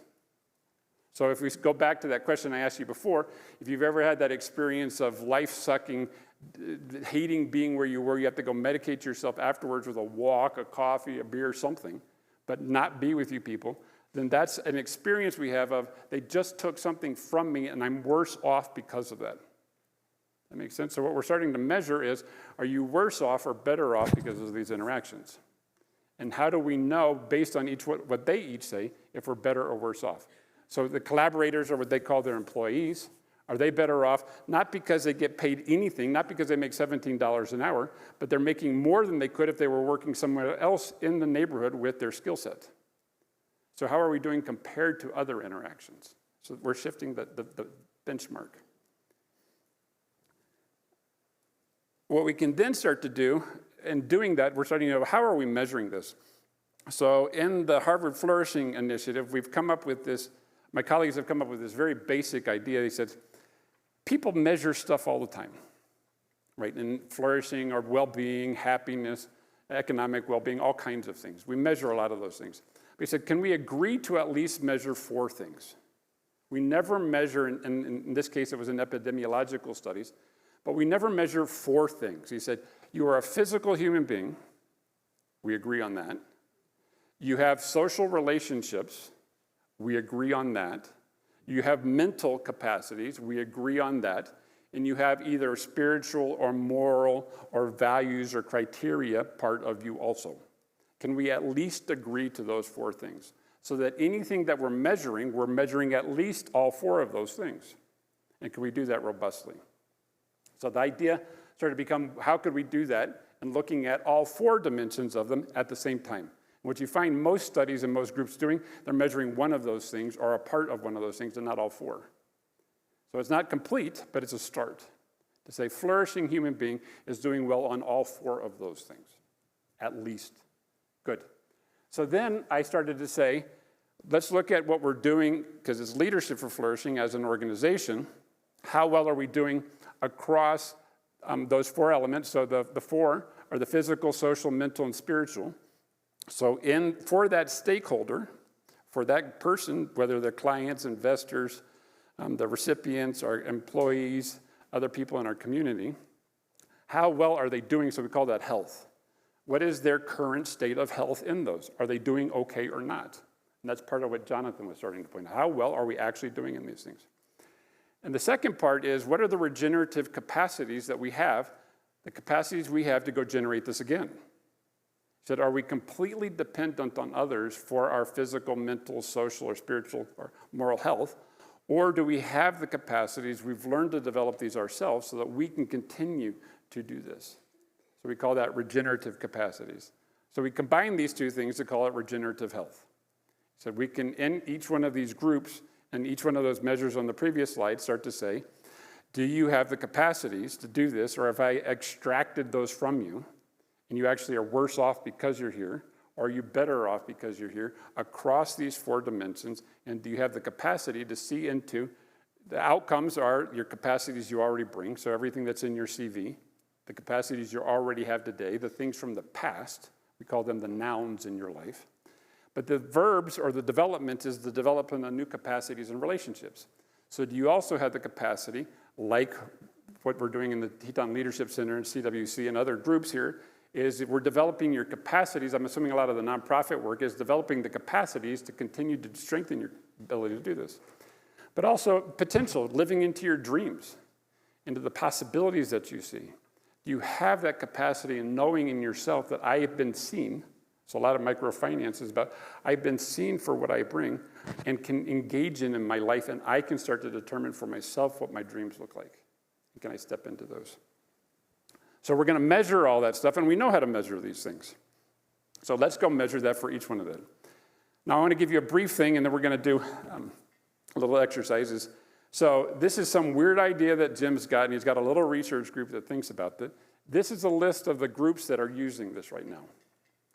So it's not a couple people, it's not a couple of kinds of organizations, but it's from Waldorf schools near my neighborhood. It's the World Green Building Council that certifies all the LEED buildings globally. The Twente region is the eastern part of the Netherlands. 60,000 organizations They have a new system of universities where the community charters what the university does. And they said, we want to be a purpose-driven community in the next 20 years. Can you support us in getting there? Focus all your programs. So they've just created a program, they call it a living lab for human flourishing, taking my work and our work and starting to say across all of those with all of their students. But my point is there's a whole bunch of groups, some of which you'll recognize.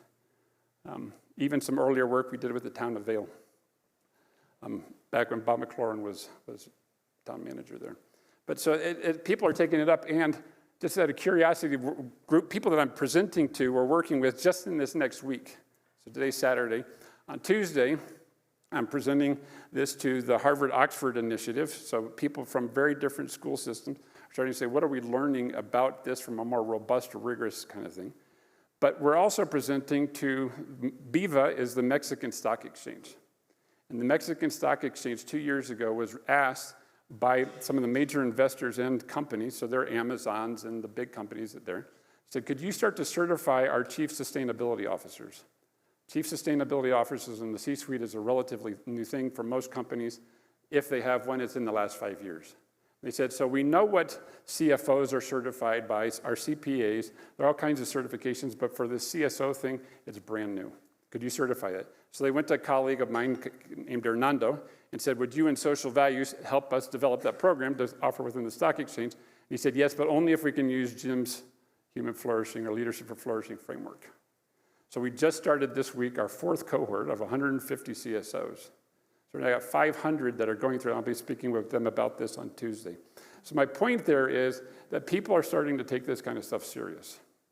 Right? He said, can we ask these kinds of questions? We also just got passed, and I'm excited about this, all you're familiar with the SDGs, the Sustainable Development Goals of the UN. So we're halfway through that.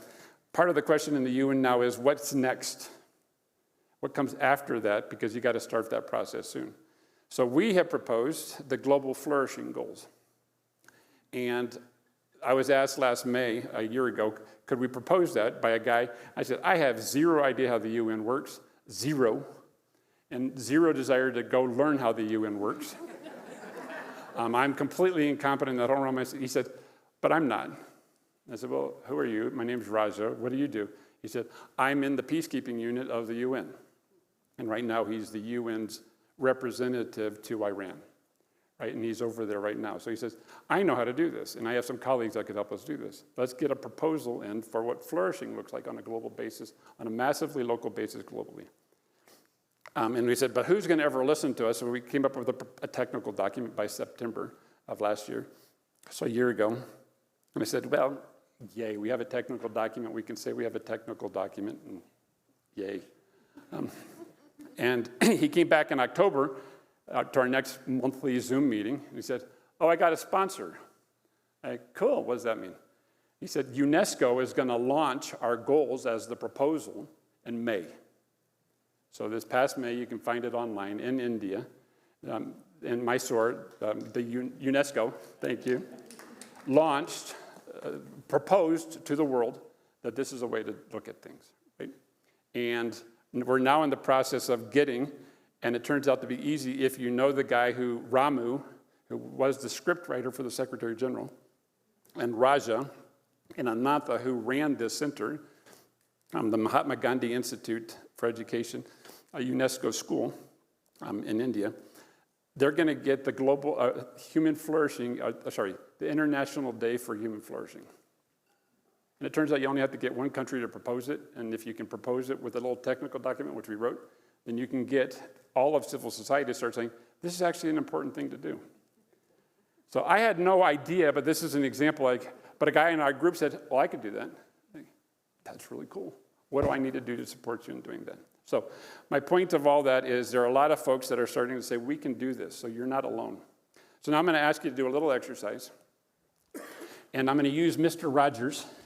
And the reason is because a colleague of mine, Matthew Lee, who gives a lot of public talks on flourishing, in his talks, he includes two people when he starts talking about this stuff, me and Mr. Rogers. That's kind of cool. I get to be in the talk right next to Mr. Rogers. And so Mr. Rogers in the movie, if you saw Tom Hanks do it, he's sitting in a diner with this reporter who's really struggling. And he says, I want to ask you a simple question. Who has loved you into being? He said, I'll give you a minute, and I'll keep the timer. So I invite you to think about that for yourself for the next minute, and I'll keep the timer. To start anything, who has loved you into being? And I'll give you a minute.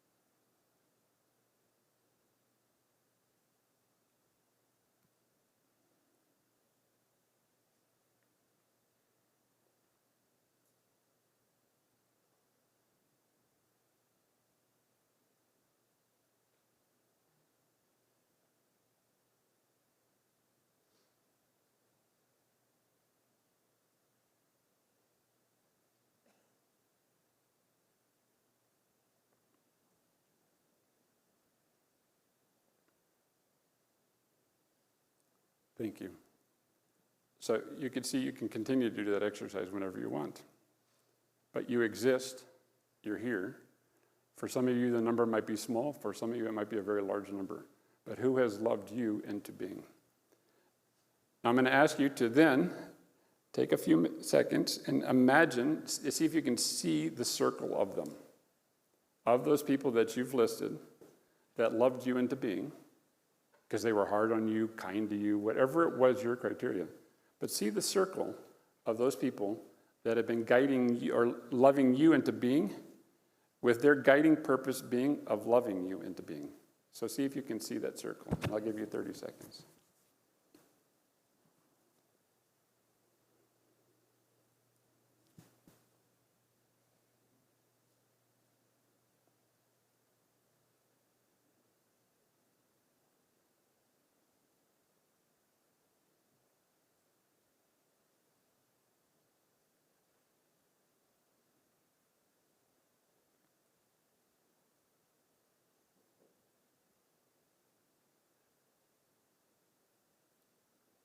Thank you. So now, if a guiding purpose, a guiding reason, and their co-leadership of flourishing was loving you into being, and whether they know each other or not, this circle of people have gathered together. And part of what they do is loving you into being, we can then say thank you. So a couple seconds of gratitude for the unique contributions that they've made to loving you into being, to that guiding purpose of loving you into being. So let's take another 30 seconds to thank them for their unique contributions to that guiding purpose.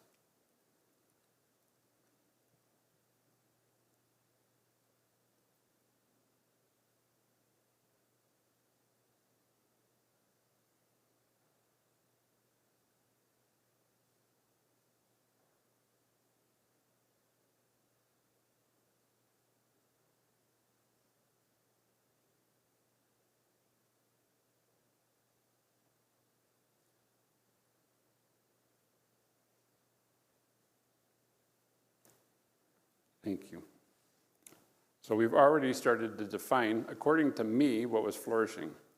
According to me and others who were in interactions with me, what does flourishing look like? Based on whose criteria? Who was able to and willing to make a unique contribution to that purpose of flourishing in interaction or not with others towards this purpose? I happen to be the purpose that time. Those people, in their unique ways, have contributed to my being and to loving me into being.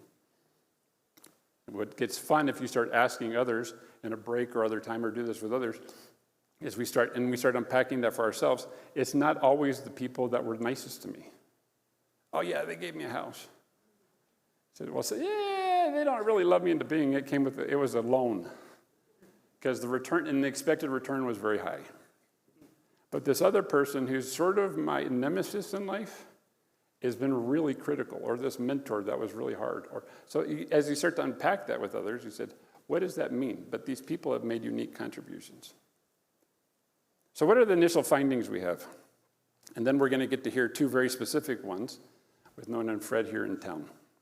But what we're starting to find, and so a couple of our methods like Jonathan shared, level of analysis from very macro to very micro. So macro meaning we're sort of looking at national characteristics or global.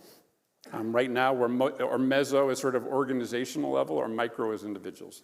So the way we're doing this and what I'm going to share with you right now is mostly organizational and individual, meso and micro. The survey, which is free and available online, the link is there at IS Clarity, or the Institute for Strategic Clarity.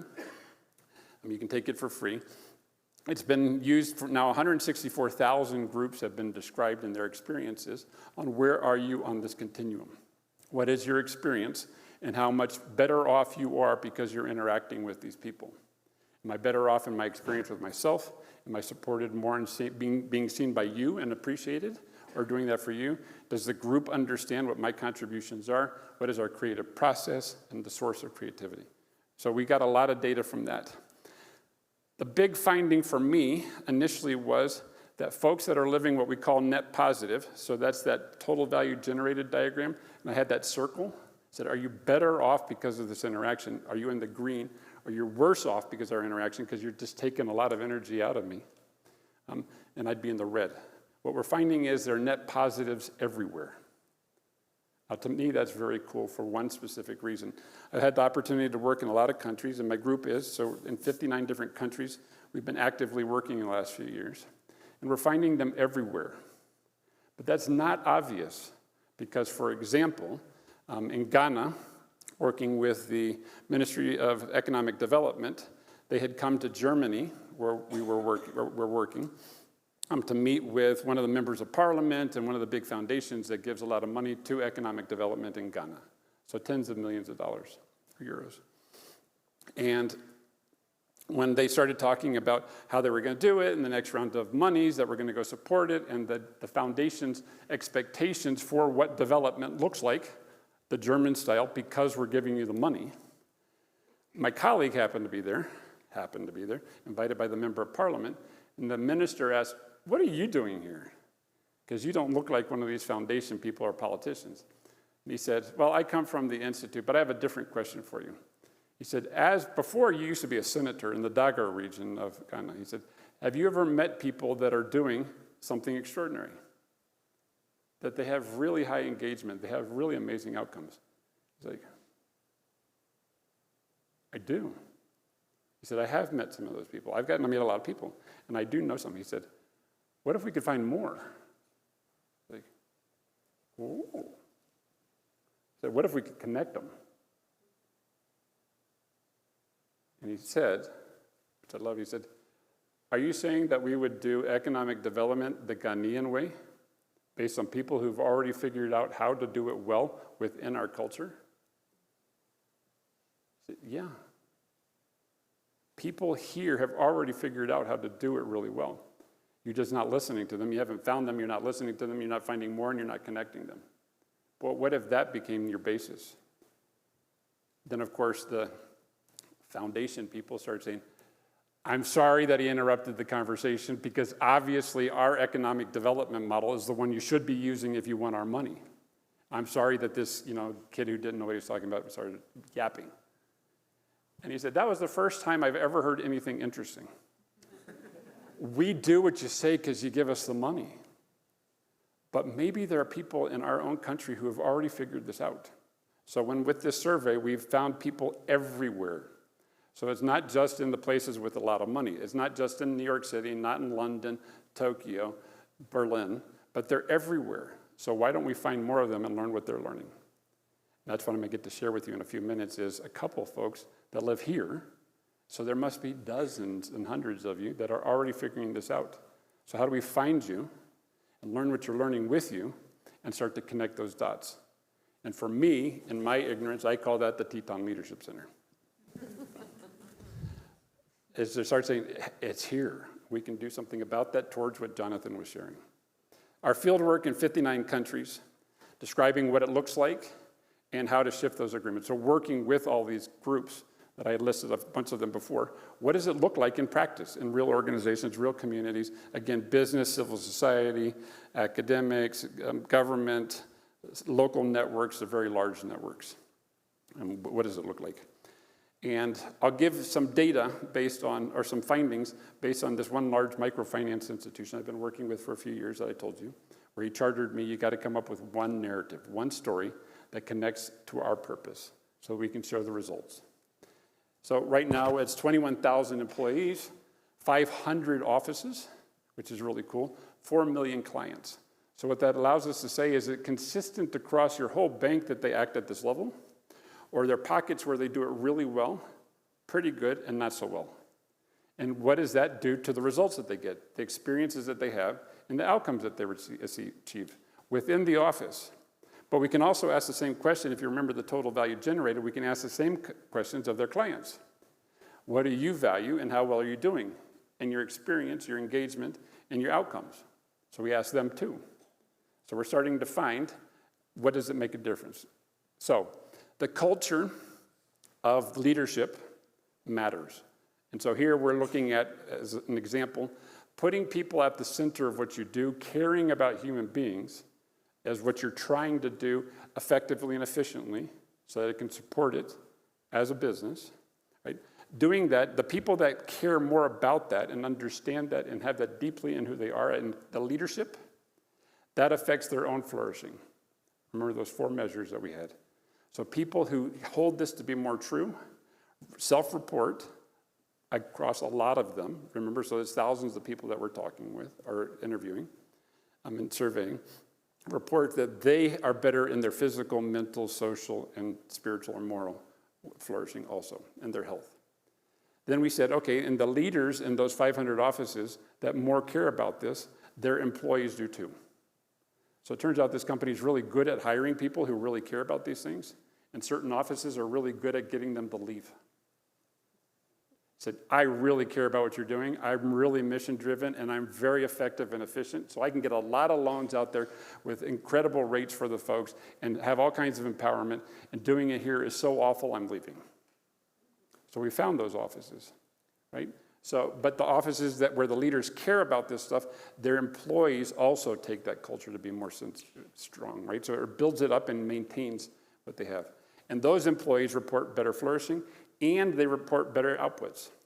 So not only does the culture influence their own experience of flourishing, but they're also getting better outputs as leaders for their whole office, and each of the employees is also getting better. So we're starting to connect the dots. It's not that we do business well, or we get good results, and we like people. It's the how we do what we do leads to the better results. So we're starting to get evidence by asking them and measuring them, are you better off? Not are you better off than zero, are you better off than your other alternatives, net zero, or net positive because of that.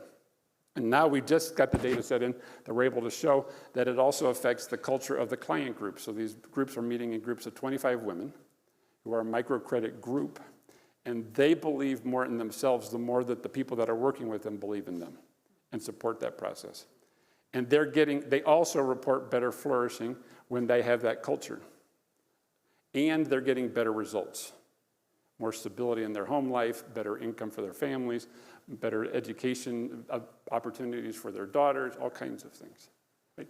So it's starting to get evidence to show this. So better leadership for flourishing is leading to better total value generated.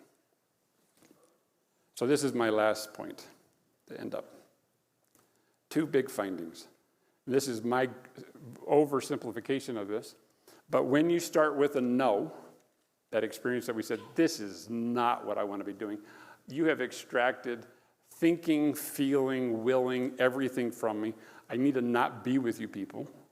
That kind of no leads to net negative value. Meaning, when we put that total value generated together, when we put in the math of that, when we put in the surveys, when we put in all the measures, people who start from no, this is a gross finding that I'm going to share with you, that we're getting it published, which is shocking, but people who start from no always generate net negative systems. The ecosystem of their stakeholders is net worse off because of that interaction. So they got value from somebody, they sucked it out of you, they charged you high interest rates, whatever. They got the money from you and they gave it to somebody else. So on certain measures, they look really good. But net, the result is net negative.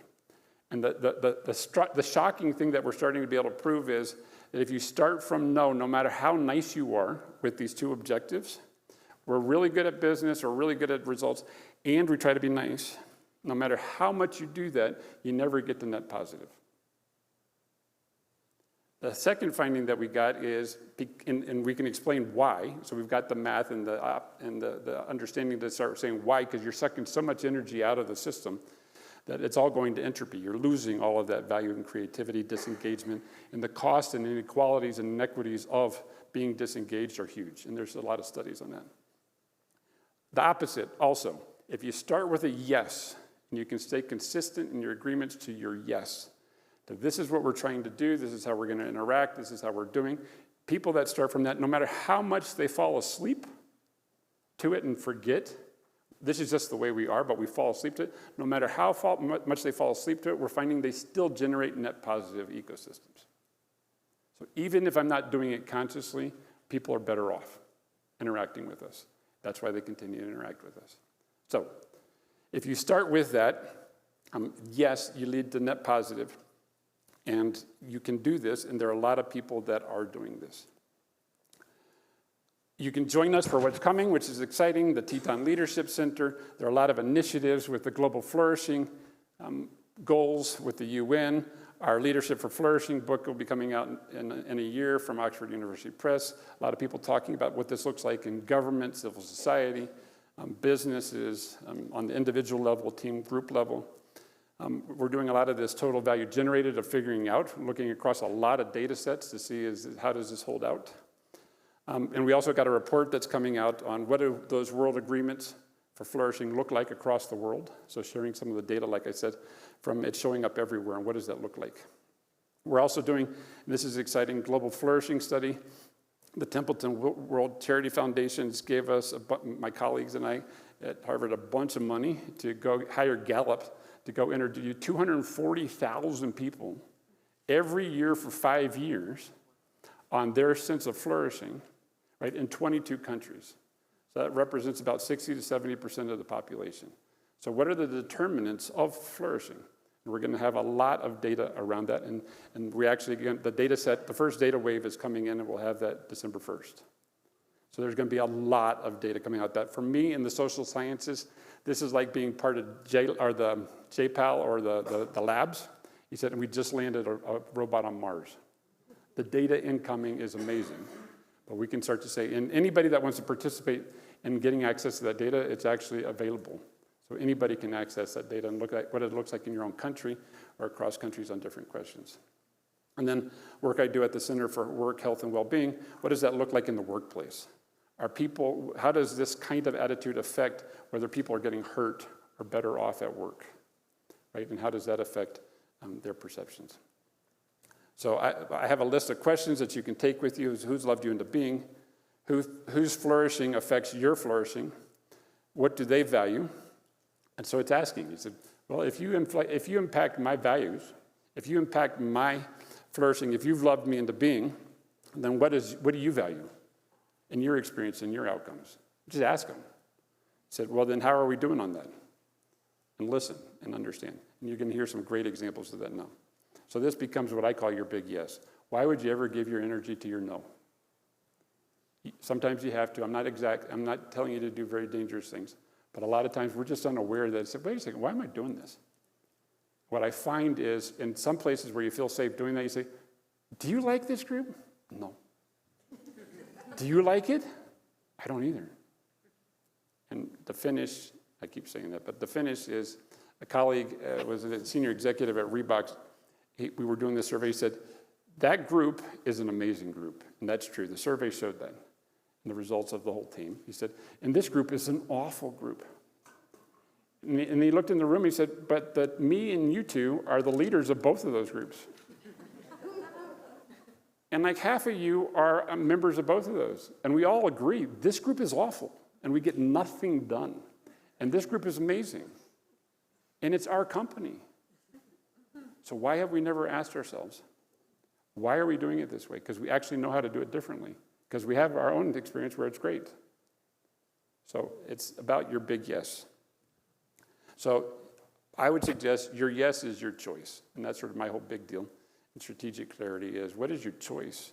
And it's becoming, as Sandy and others mentioned, he said, what are the choices that we have, and becoming more aware of them? And I think that's a big focus of the things that we'll be working through tomorrow.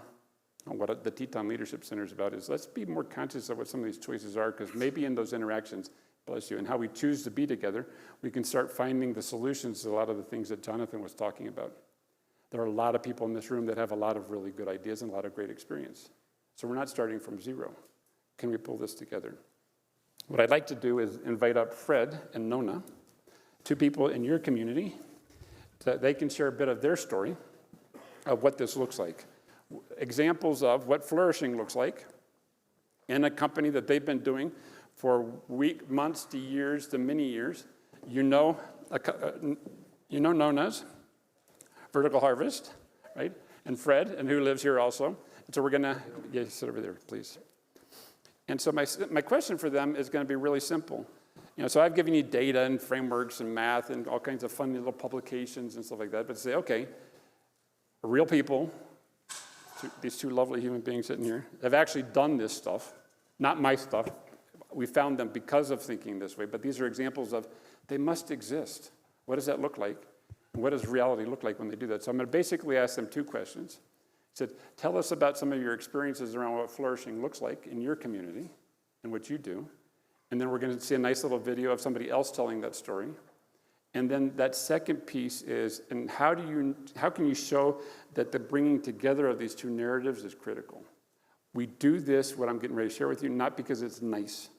It's critical to what we do, right? So that we can show it's not a trade-off of, well, we'll get good results or treat people well or do this for the environment. It's how we do what we do that gets those results. So that's what I want to invite for the next few minutes with these two lovely human beings that I get to ask these questions of. And so we're going to start with you, Fred. Fred Keller, who's been here in the area for... Oh, I've had property here since '91, but lived full-time since the last 5 years. Excellent. So we're going to share some work that he's done with his company, and he'll tell a little bit about that with Cascade Engineering, and then how that rolled out to a whole thing across Michigan, and some of the results of that. So maybe you could do a little bit of setup of how you got there, Fred. And yeah, well, a little context. I'm in the manufacturing business, and I know in Jackson that's a little unusual. How many of you have been in a manufacturing facility? Okay, oh, great. How many of you have worked in manufacturing? Oh, good, wonderful, that's great. I'm glad to hear that. Our facilities are in Grand Rapids, Michigan, on the western side of Michigan.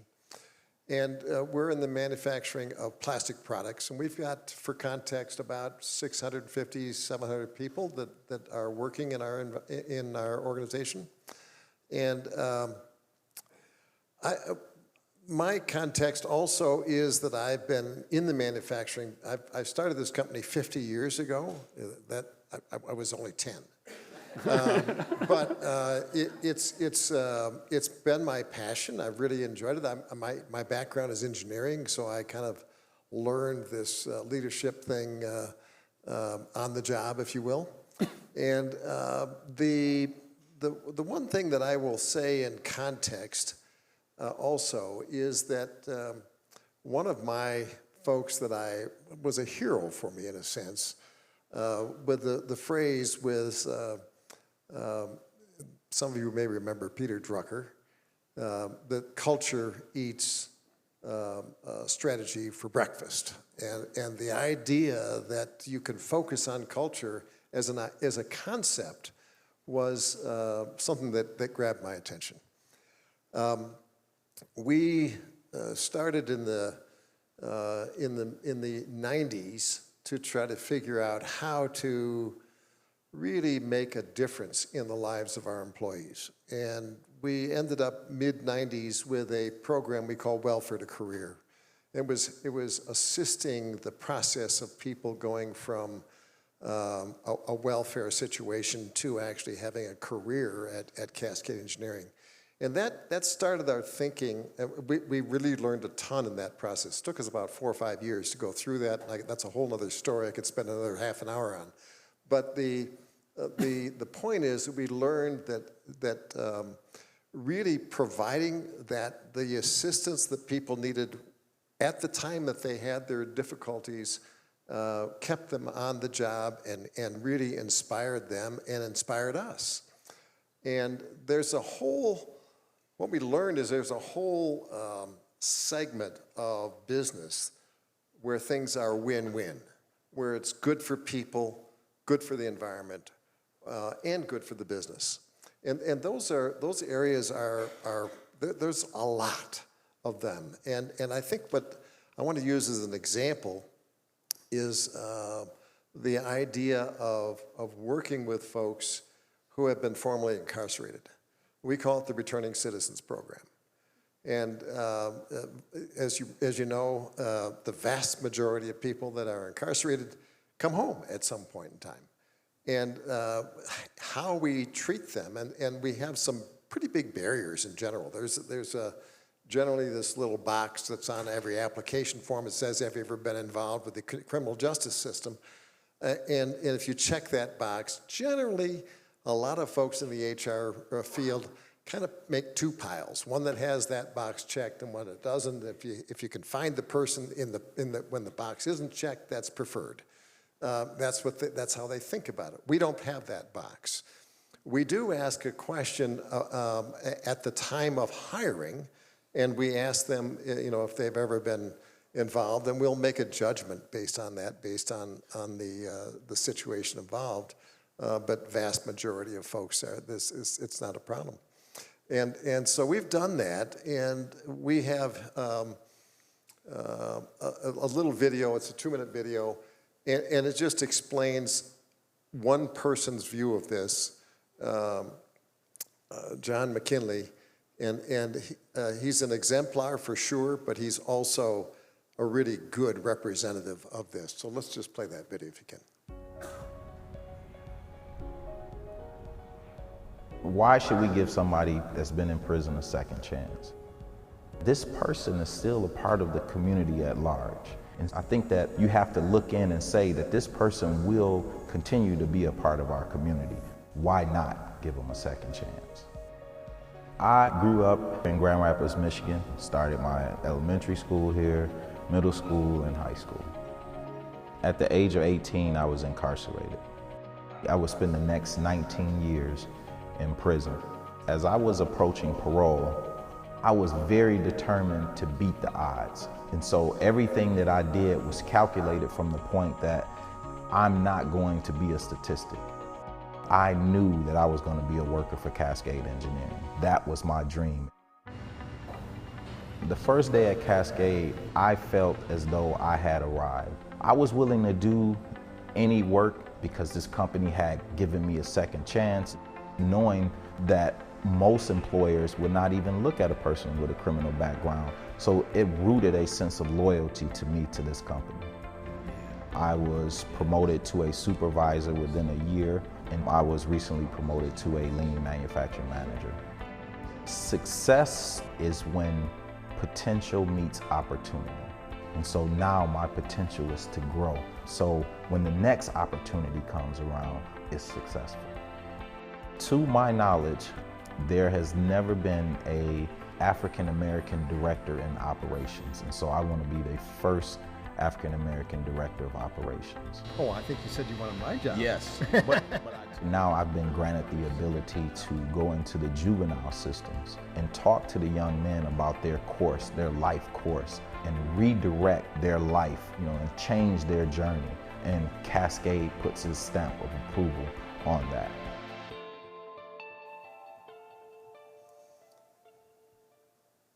So, thank you. I don't know where you want to take this from here. No, please. But what's your question? Right, so again, it could be that that's really nice, And because we're doing really well as a business, we're supporting nice things. But that, as we all know, it now leads to, and there's a much stronger push ever more right now with digitizing things and all these issues. Is that that's nice, we'll do that afterwards. And what I hear in your story is it's not nice, it's critical. So I'd like to ask you to speak a couple minutes. Why do you, as the founder leader of this, say it's not a nice thing to do, it's critical to our success and impact that we are doing that kind of thing? Yeah, that's really an important point. About 10 years ago, our VP, our exec VP, Kenyatta Brame, said to me, as an African-American male, he said, you know, what I really appreciate about Cascade is I don't have to have two Kenyattas. I can bring my whole self to work. It's the things we're doing at work are the things that I believe in, and I want to do at home as well. And it's that kind of drive that says, man, if we can have everybody, it's empowering. It's exciting for people to be a part of an organization that cares about its people and cares about trying to figure out, and this is not a hero's journey. This is not something that we're trying to, pat ourselves on the back. It's the point of, it really is fun and enjoyable, and it turns out to be good for business. And there's something, I think you'll talk about purpose tomorrow. If you start with a purpose in getting in touch with who you are, and if you bring that to your work, that's when you are really making that connection between who you are and what you're doing in your job. And there are all kinds of ways of looking at your work that make you want to align those things. And it isn't a matter of trying to go back. The human flourishing thing is really interesting to me. The idea that you have to do these things in order to have your job. It's a matter of what's your perspective on that? How do you look at your job? How do you look at what you're doing? And if it's your job or in your community, it's tying those together, making it possible to have being in touch with your heart, being in touch with what's important to you, and turning that into something that you can really do in your community or in your job. That's fantastic. I'd like to hear another example, then we can have a little bit more conversation, and then field some questions if we have some space. But Nona, entrepreneur, most of you know here in the community, Vertical Harvest, and would love for you to also share a little bit about your story of how you got to that and what you see as some of the flourishing elements in your community. Well, I moved here in 2003 from New York City, a place that I love very much, but I moved here for love and raised my family here and fell in love with the community hard, as many of you have, and what Jonathan explained, why do we value this community? And a lot of you know I'm an architect by trade, and the reason I have so enjoyed or aligned with that profession is to be able to think about what are the elements, what are the systems in our communities that we can design so that we can address 21st century problems and the issues that 21st century people deal with, especially people on the margins. I also have a brother with disabilities. And I know that my parents moved to this country to give us both the best of what this country had to offer. And the systems in our community just weren't set up to give him what they could give me. And I think I was an advocate before I even understood what the word meant, because that just so got to me. Many of you know this started in 2009, but we started thinking about how could we bolster some of the systems here in this community. And as winter is not only coming, it is here. We all know that we have a 4-month growing season here. And we import 99% of our food. So how could we conceive of a way to bolster the local food economy, to grow food here year-round? And if we could do that, if we could innovate that, what other problems could we solve, right? So farming can be an environmental response, but could we address other issues that the community deals with? Social justice, public health, economic resiliency. How many problems could we solve? So what we set out to do here was bolster the local food economy at scale and address the idea that businesses here, it's a hard thing to retain employees, right? People come here to ski, to party, and they go back to the coasts to develop a career. But could we access a group of people here that live here and really were looking for careers? And so 80% of our people with intellectual and physical disabilities in this community were unemployed or working at entry-level positions. So could we, in this idea of a farm, not only grow food, but grow futures? And so that's how it all started. We didn't build the farm until 2016. We wanted to be able to employ people in a naturally supported environment, so not only people with intellectual disabilities, but people who don't identify with disabilities, although I would like to say that we're all differently abled. But this was an innovative idea because the town of Jackson, we started with their primary stakeholder. Jonathan was not on the town council then, but he was a big supporter from the beginning. And, we decided we wanted to grow indoors. That was the only way we could employ people and grow food year-round and do it at scale. So now we grow 100,000 pounds of produce for the community and employ 40 people, half of which have some sort of intellectual or physical disability. But what we've done, I think, is create a community of the willing, right? That shared our vision of a farm that could address more than just food. And so now, what we've born here in Jackson Hole, we're expanding across the country. So we're building a farm in Maine. We've announced one in Detroit. We're very soon announcing 3 other communities that we're going to be building at scale, and a farm 20 times the size of what we have here in Jackson. So what I think that we've proven is that we can be of the community, right? And I loved what you said about who loved you into being, because this community loved us into being, and it wasn't always easy.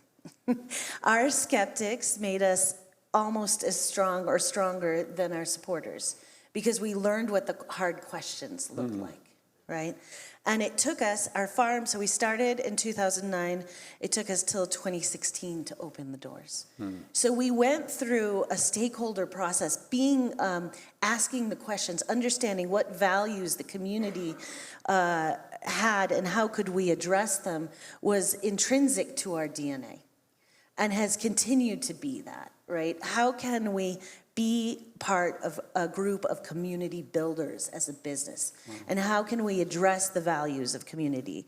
So now the reason that we're expanding is because municipalities and developers, as we're having this national conversation about what does infrastructure mean, it's not just water, right? It's the many things. It's jobs, it's food, it's water, sidewalks, technology.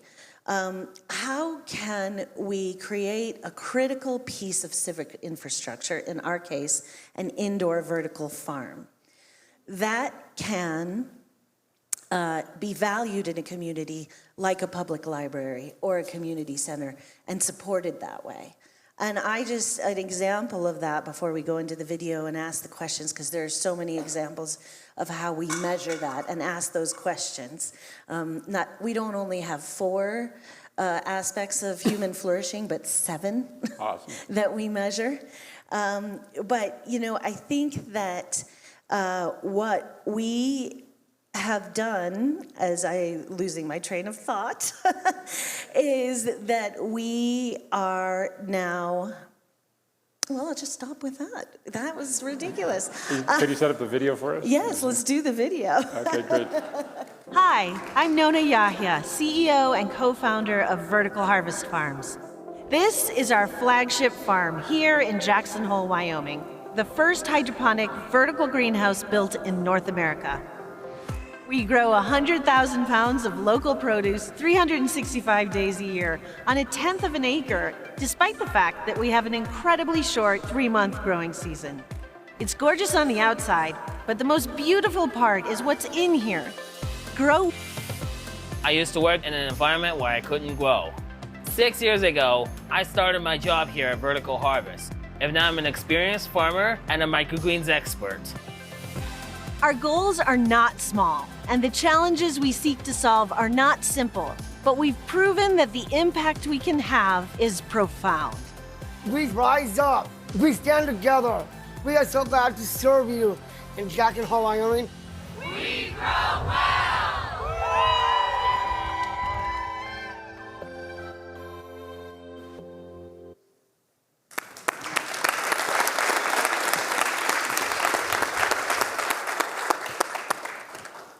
I guess before I open it up to the group is to come back to that question of when you're pushed, you started to talk a little bit about this, when you're pushed really hard by somebody that says, okay, what's this say, sorry. What I hear from both of you is there's one story. This is what we're doing, and it's one coherent story about what we're trying to do here. But people will start to come at you as if they're hearing two different stories or more. Right? So then when people start saying, yeah, that's nice, whichever part they don't like, and they want you to focus on this other piece. What do you do internally to be able to say, no, it's one story? And so maybe you could give an example or two if you thought of, and we'll start with you, Nona, of when this is what somebody did or how they came at me, and then this is what I reminded myself, and then this was the response. See, I knew you were going to ask that question because this was the story I was going to tell when I lost my train of thought. When innovation is hard. Right, and I think that you always have to ask yourself what your why is. Why are you there? And you have to build your team around that. And when we had these conversations with the town and the state, many people said, okay, you're innovating on two different fronts. You have this new type of farm in Wyoming, right, in a place where winter's all around. You're going to build a greenhouse. How is that? You're not a farmer. Right? And you're going to employ people with disabilities at the same time. Why don't you break them apart? Why don't you build the farm first and then bring in the employees? And we really stuck to our guns, my co-founder and I, and said, no, we do this both at the same time. Because it's about the experience, the knowledge, the community that gets built through that process that really builds the culture. I often use culture eats strategy for lunch. I like to say even breakfast, because that is what builds the culture, because great minds do not think alike. I had the pleasure of introducing Temple Grandin here 2 weeks ago, and the idea that by bringing all sorts of minds together, that is when true innovation exists. And I think that, that is when you can really flourish.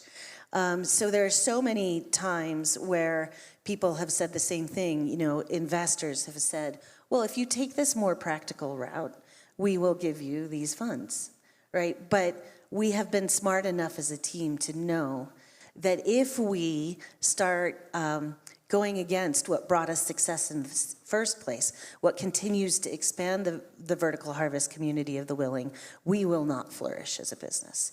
And therefore, the brand loyalty, the loyalty that we see in the community that has brought us through the pandemic and other huge challenges would not exist. So this is something that we learn over and over, and we test each other on a daily basis about the decisions we make. There have been many times where just the ethos of transparency, right? When you have to answer a hard question, and you just come back to, well, I'm going to answer this and honor transparency as a value, and it has always come back to take us to a higher level than if we had taken a shortcut or something that would devalue the long-term goals. That's beautiful. Thank you, Fred. How about you? Wow, that's it's very inspiring actually to listen to that. What I'm hearing, I think, and what I think pertains to our work, is that you really stay with the principle, you stay with the concept, and you learn together, and you find that people pick up on that. It's not again not the hero's journey of saying this is where we're going, this is what we're going to do. It's more of the principles that people start grabbing onto. In our case, in terms of the Welfare to Career program, when we started that, it was a real struggle for our HR folks and our frontline leaders to be dealing with this idea that maybe we've got to treat these folks that are having difficulties a little differently, and yet as we pushed through that, we ended up hiring a social worker to be able to help them handle these programs, their particular difficulties that they were facing. And so the nature of the conversation changed at the front line when a supervisor would be talking to somebody that's working on a machine, and they're saying, we've got some difficulty with your parts, and the person would say, I just got beat up last night. And the old conversation would be, I'm sorry, we're talking about parts, not talking about your personal life. The new conversation is, let me get Joyce, and I'll help you with that. And that whole nature of change is something that people embrace at some point in time, and they really pull it through as opposed to having to push it. That's awesome. So one of the things I didn't mention in that last slide was when we find that no, when you start from a no or that net negative, what we find consistent is you're treating people as machine parts. So you see that we have a machine, and you've got some job to do. And so whenever we start, general observation is whenever people start doing that to us, trying to collapse what we're doing into one dimension or another, they're starting to say, yeah, but it's a machine. And you do some nice people things. But if what you realize is that you have people that you're talking about, and the term that came out of actually a lot of observation in many different cultures was homo lumens. So maybe we're not just knowing beings, but we're beings of light, we're beings of creativity. And if you listen to how we talk about people, they say, oh, they shine, they're brilliant. Brilliant, shining, all these light metaphors, right? He said, so what if I have a human being we're in interaction of human beings is what we're doing. And what you're asking me to do is to talk about a machine. And I heard this in both of your stories. He said, and I'm not going to do that because this isn't the machine. They're people. And with people, we can do amazing things that we can't as a machine. So that's really beautiful examples. Maybe we open up for a few minutes to the group to see if there are any questions about, and what I'm really looking or wondering, you can ask anything obviously you want, you have the freedom, but as you start saying, what does that look like, or pull out a little bit more of them, what does this flourishing look like? We have a question back in the back.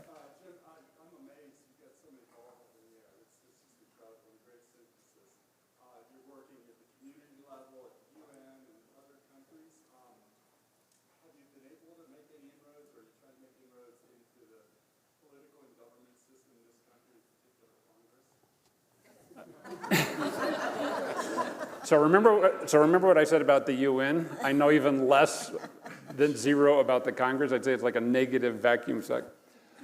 And the work that we did that I mentioned briefly in Massachusetts has got the whole system involved, right? So, and at one point when we had come up with what is it we're trying to do as a whole system, and they agreed on that purpose. They agreed on what each perspective from teachers' unions, the commissioners, the parents, teachers, all these different perspectives needed, and what they can contribute to that. And then we identified in the system what were the 3 or 4 areas we really needed to focus on.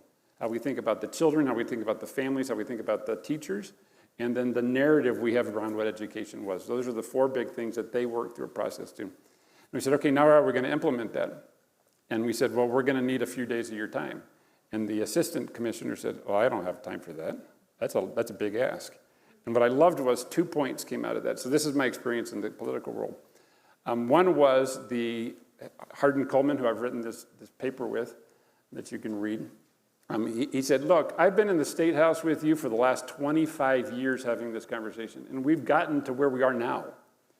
We've never figured out how to do this. And in 3 days of working together, we came up with this whole other thing.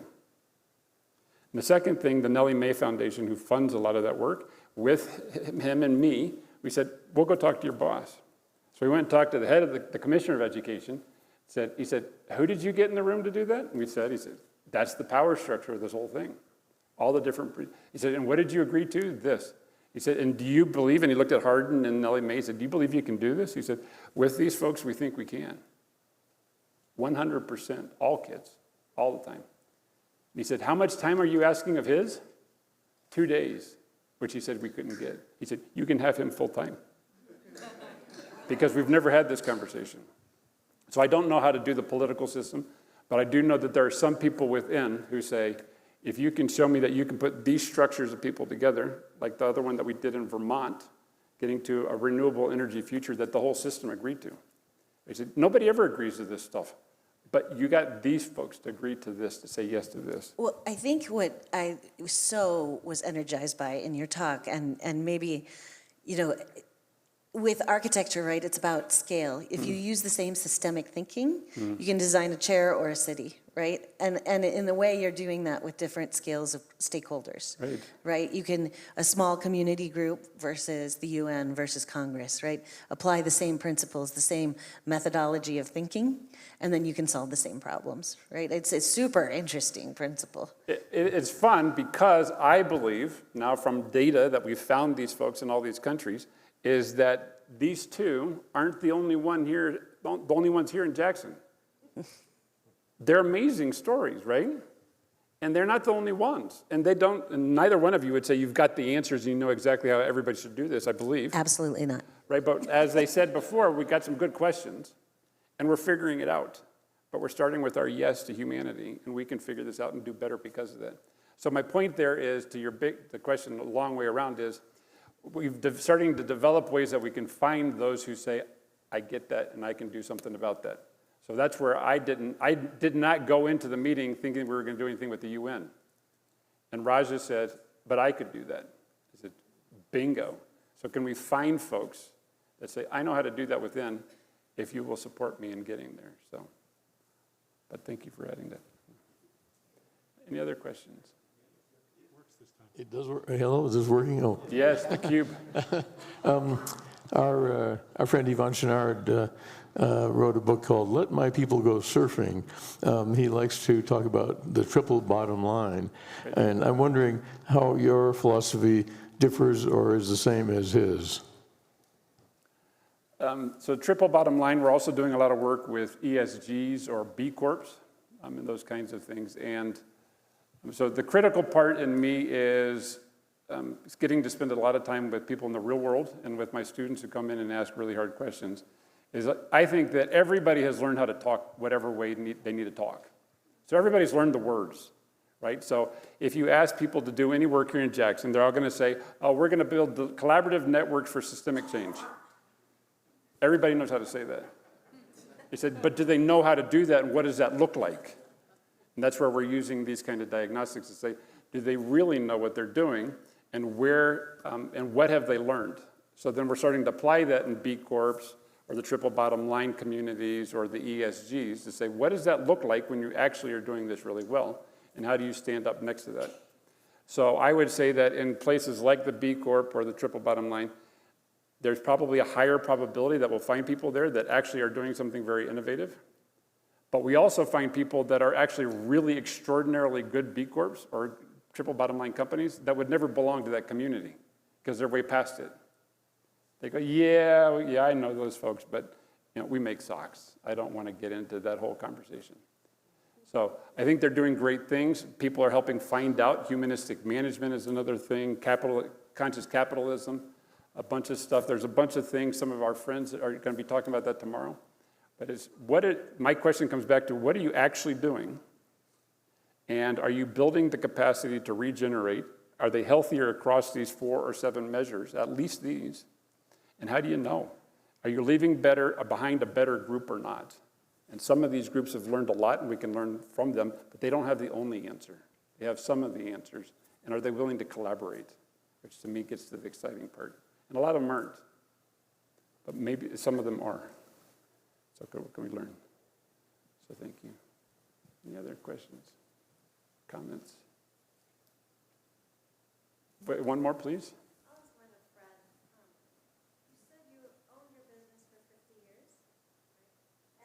You made this change to begin hiring people who had been incarcerated. Was that from the start, or did that happen as a change in the midst of your owning this? Well, good question. We really The intent was always there, but turning it into a program, turning it into some sort of a system for us really took some time. And I would say late 90s, early 2000, we really had solidified that. And we learned a lot from this Welfare to Career program, and we were doing a lot with diversity and inclusion work, and so that all kind of fed each other and was kind of helping understand. Interestingly, we had a friend of mine who was also in the manufacturing business, who was very clearly wanted to pick up this and make it something other than just in his own business. So we had a program that was called 32-2. It was an agreement with 30 organizations, 30 businesses that would agree to hire 2 folks that had formerly been incarcerated and track them for 2 years. In our case, we did not track. We did not put a little mark in our book that said this person had been formerly incarcerated, so we didn't have good data on it. But this was an agreement amongst these organizations that they would want to do this. This led to other business organizations picking up the idea that we should change some of our rules, some of our laws, actually. And the state of Michigan has picked up on that. And the notion here is that if we learn something in our own community and practice it, and then inform the policymakers that that's a more preferred route than hoping we're going to get the right president or the right governor or the right legislature. We need to think differently about that. And what this has actually proved to be quite beneficial as these laws have been changed. We now have an expungement law. We held an expungement gathering of folks. We had over 150 folks come to that thing where they showed them how to go through the expungement process. And the result has been that our recidivism rate in Michigan is now around 28%, which is kind of remarkable compared to the average, which is up closer to 40–50%. So we're seeing some progress. It's those little things that kind of grow, which is, I think, exciting. And if you want to get to see what one of these looks like, you're like a block away, right? Yeah. And you can actually go see from the outside. We drove by. It's amazing. Exactly, yeah. I think we hope it's a beautiful building that everybody enjoys and feels proud that they were part of the inception of it. Yeah. Wonderful.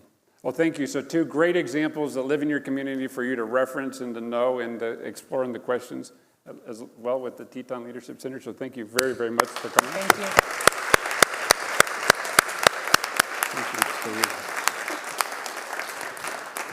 So you guys are great. This is a long time to sit.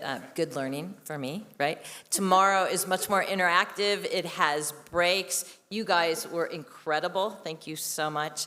And just to close out the evening, I want to introduce Gary Tronner, who is the executive director of Silicon Couloir. And Silicon Couloir, again, another idea that was a spark that's grown into an organization to really support so many entrepreneurs and suppliers and investors to connect together to uphold this and grow this community. But first, just thank you both so much.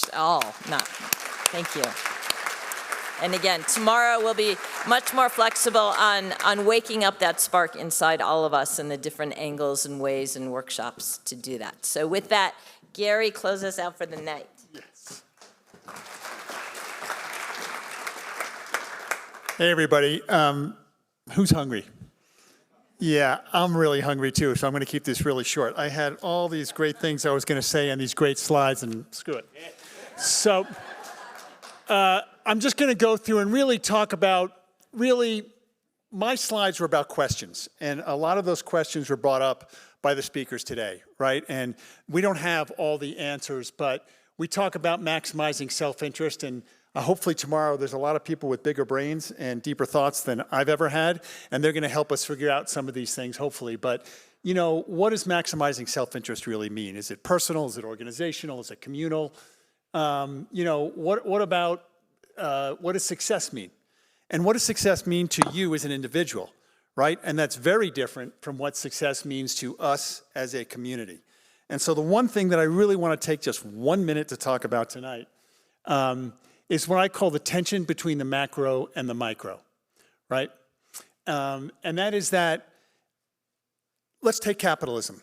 Capitalism is known as probably the best job-creating system that humans have devised in an economy, right? But at the micro level, jobs are actually a bug in the system, not a feature. Individual companies, the last thing they want to do is hire people. The first thing they'll do when they get in trouble is lay people off. And at the end of the day, if they can do it more efficiently with technology, they'll do it instead of hiring people. So there's this inherent tension there that's really difficult to bring back together, right? To reconcile. Same with competition, right? On the macro level, capitalism is great in theory because it promotes competition, and competition promotes efficiency, and efficiency promotes lower prices and more innovation. But at the micro level, individual companies don't want competition, right? They want to be able to maximize profitability, and the way they can do that is by not having competitors so they can raise prices and extract the most rents from all of us that are consumers. So the question is, how do you reconcile the macro versus the micro? It's not an easy thing to do, and part of that is because, as some of our speakers said, right, it's really easy to measure quantitative stuff, right? Year-over-year sales increase, changes in gross margin, net margin, profitability. It's not really easy to measure what success looks like on a personal level, health and well-being, some of the things that were talked about today by the speakers and by the guests. So that's really something I think we need to explore. And, this I'm going to steal from Jonathan Schechter.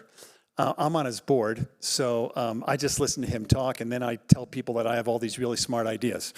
But Jonathan's come up with what he calls the 250-year precedent. And basically, I'm going to paraphrase it, but it's since the beginning of the Industrial Revolution, 250 plus years ago, there hasn't been a modern economy in the developed world that's been able to balance and maintain a thriving economy and diverse economy at the same time that it's protected the special nature of the place that people came there for in the first place. And so my point is the whole discussion today and the groundwork that was laid so that we can really get into the meat of it tomorrow is we know where we're headed. We know if we keep doing it the same way, we know where the 250-year precedent is going to take us in this community, in this state, in our country, and in the world. And I think for most of us, it's not a place we want to be. It's not a place we want to go. So we do have to think about things differently. We do have to really think, what changes do we have to make? How do we say yes? Where do we get net positive from net negative?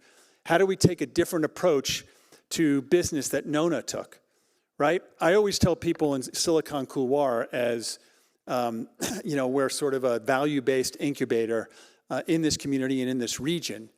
But entrepreneurs kind of think, well, there's a certain way it has to go. And I tell these entrepreneurs, you know what? You're not a passive passenger on the train. You're the engineer. So when people go to Nona and they tell her you have to bifurcate, right? Hiring people with disabilities with creating this indoor farm, right? You don't have to listen to them. You can do what you want to do. It's your company, it's your values, it's your venture, and that's going to be the change. That's going to be the change that all of us have to go look at in order to be successful. So that's setting the tone. That's the rest of it's on the floor. So if you want to pick it up and read it, you can. But hopefully that sets the tone for tomorrow. And as Sandy said, tomorrow's going to be a lot more interactive. A lot of breaks. You'll be fresher because, as Jim said, this might not be the prime best time for everybody. I think the best time is during the day when everybody's fresh. So let's go enjoy the evening. Let's go enjoy some food. Let's go out and have a good time, and we'll end it just by showing, Jonathan talked about this, but what I think the qualities of leadership are. And to me, leadership is not a top-down thing, right?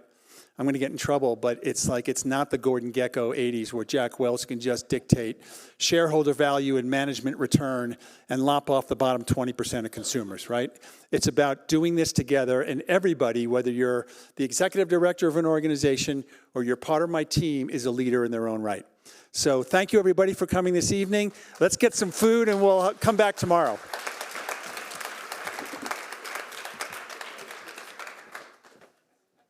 coffee and muffins, if you're hungry. Start at 8:30, and we'll start right at 9.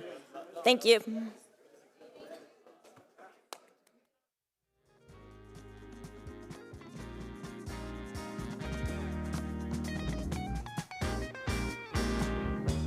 She said, oh, reach out, child. You're not alone